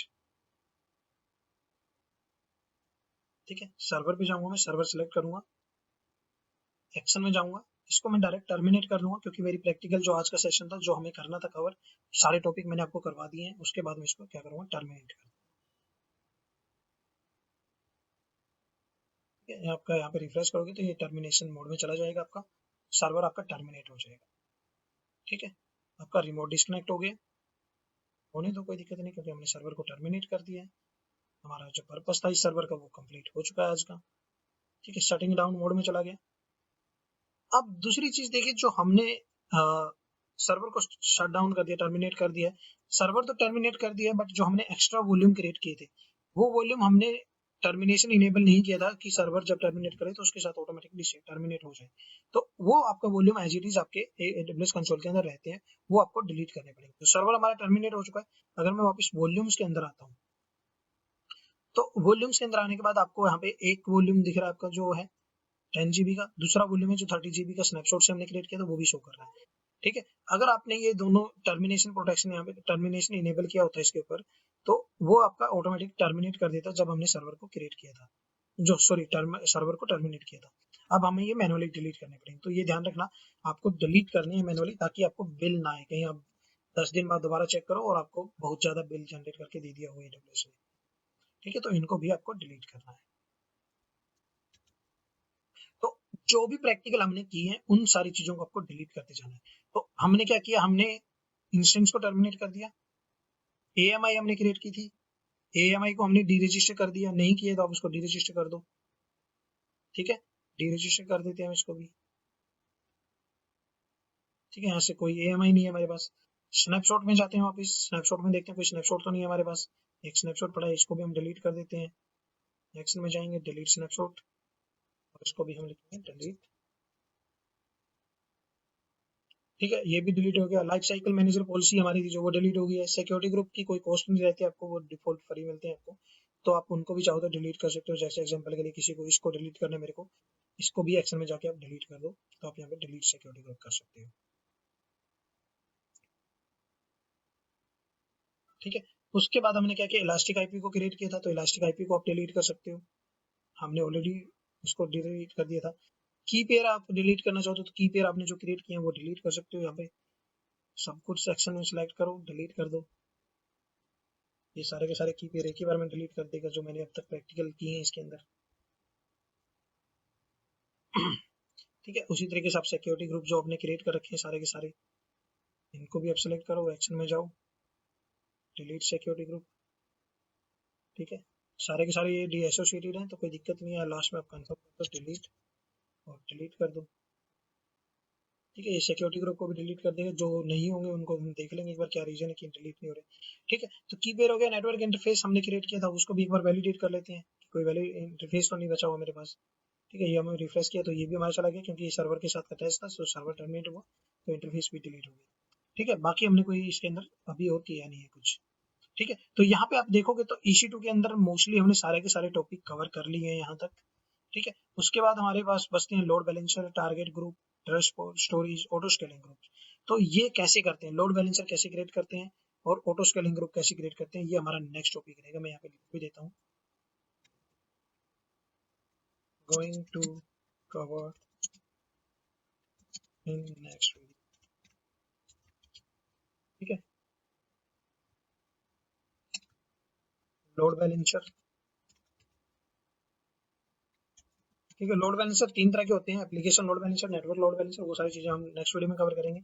और टारगेट ग्रुप, टारगेट ग्रुप क्या होता है, कैसे क्रिएट करते हैं, कैसे लोड बैलेंसर के साथ हम अटैच करते हैं। और नेक्स्ट है हमारा ऑटो स्केलिंग। ठीक है, ये 3 टॉपिक ही रहेंगे, 3 टॉपिक, ये नहीं है कि 3 टॉपिक है तो ये छोटी सी चीज है, ये 3 टॉपिक बहुत बड़ी चीज होती है, बहुत एडवांस लेवल की चीज होती है। तो इन तीनों टॉपिक को हम नेक्स्ट वीडियो में कवर करेंगे और वो भी अराउंड 1 डेढ़ घंटे की 2 घंटे की वीडियो बनी जाएगी।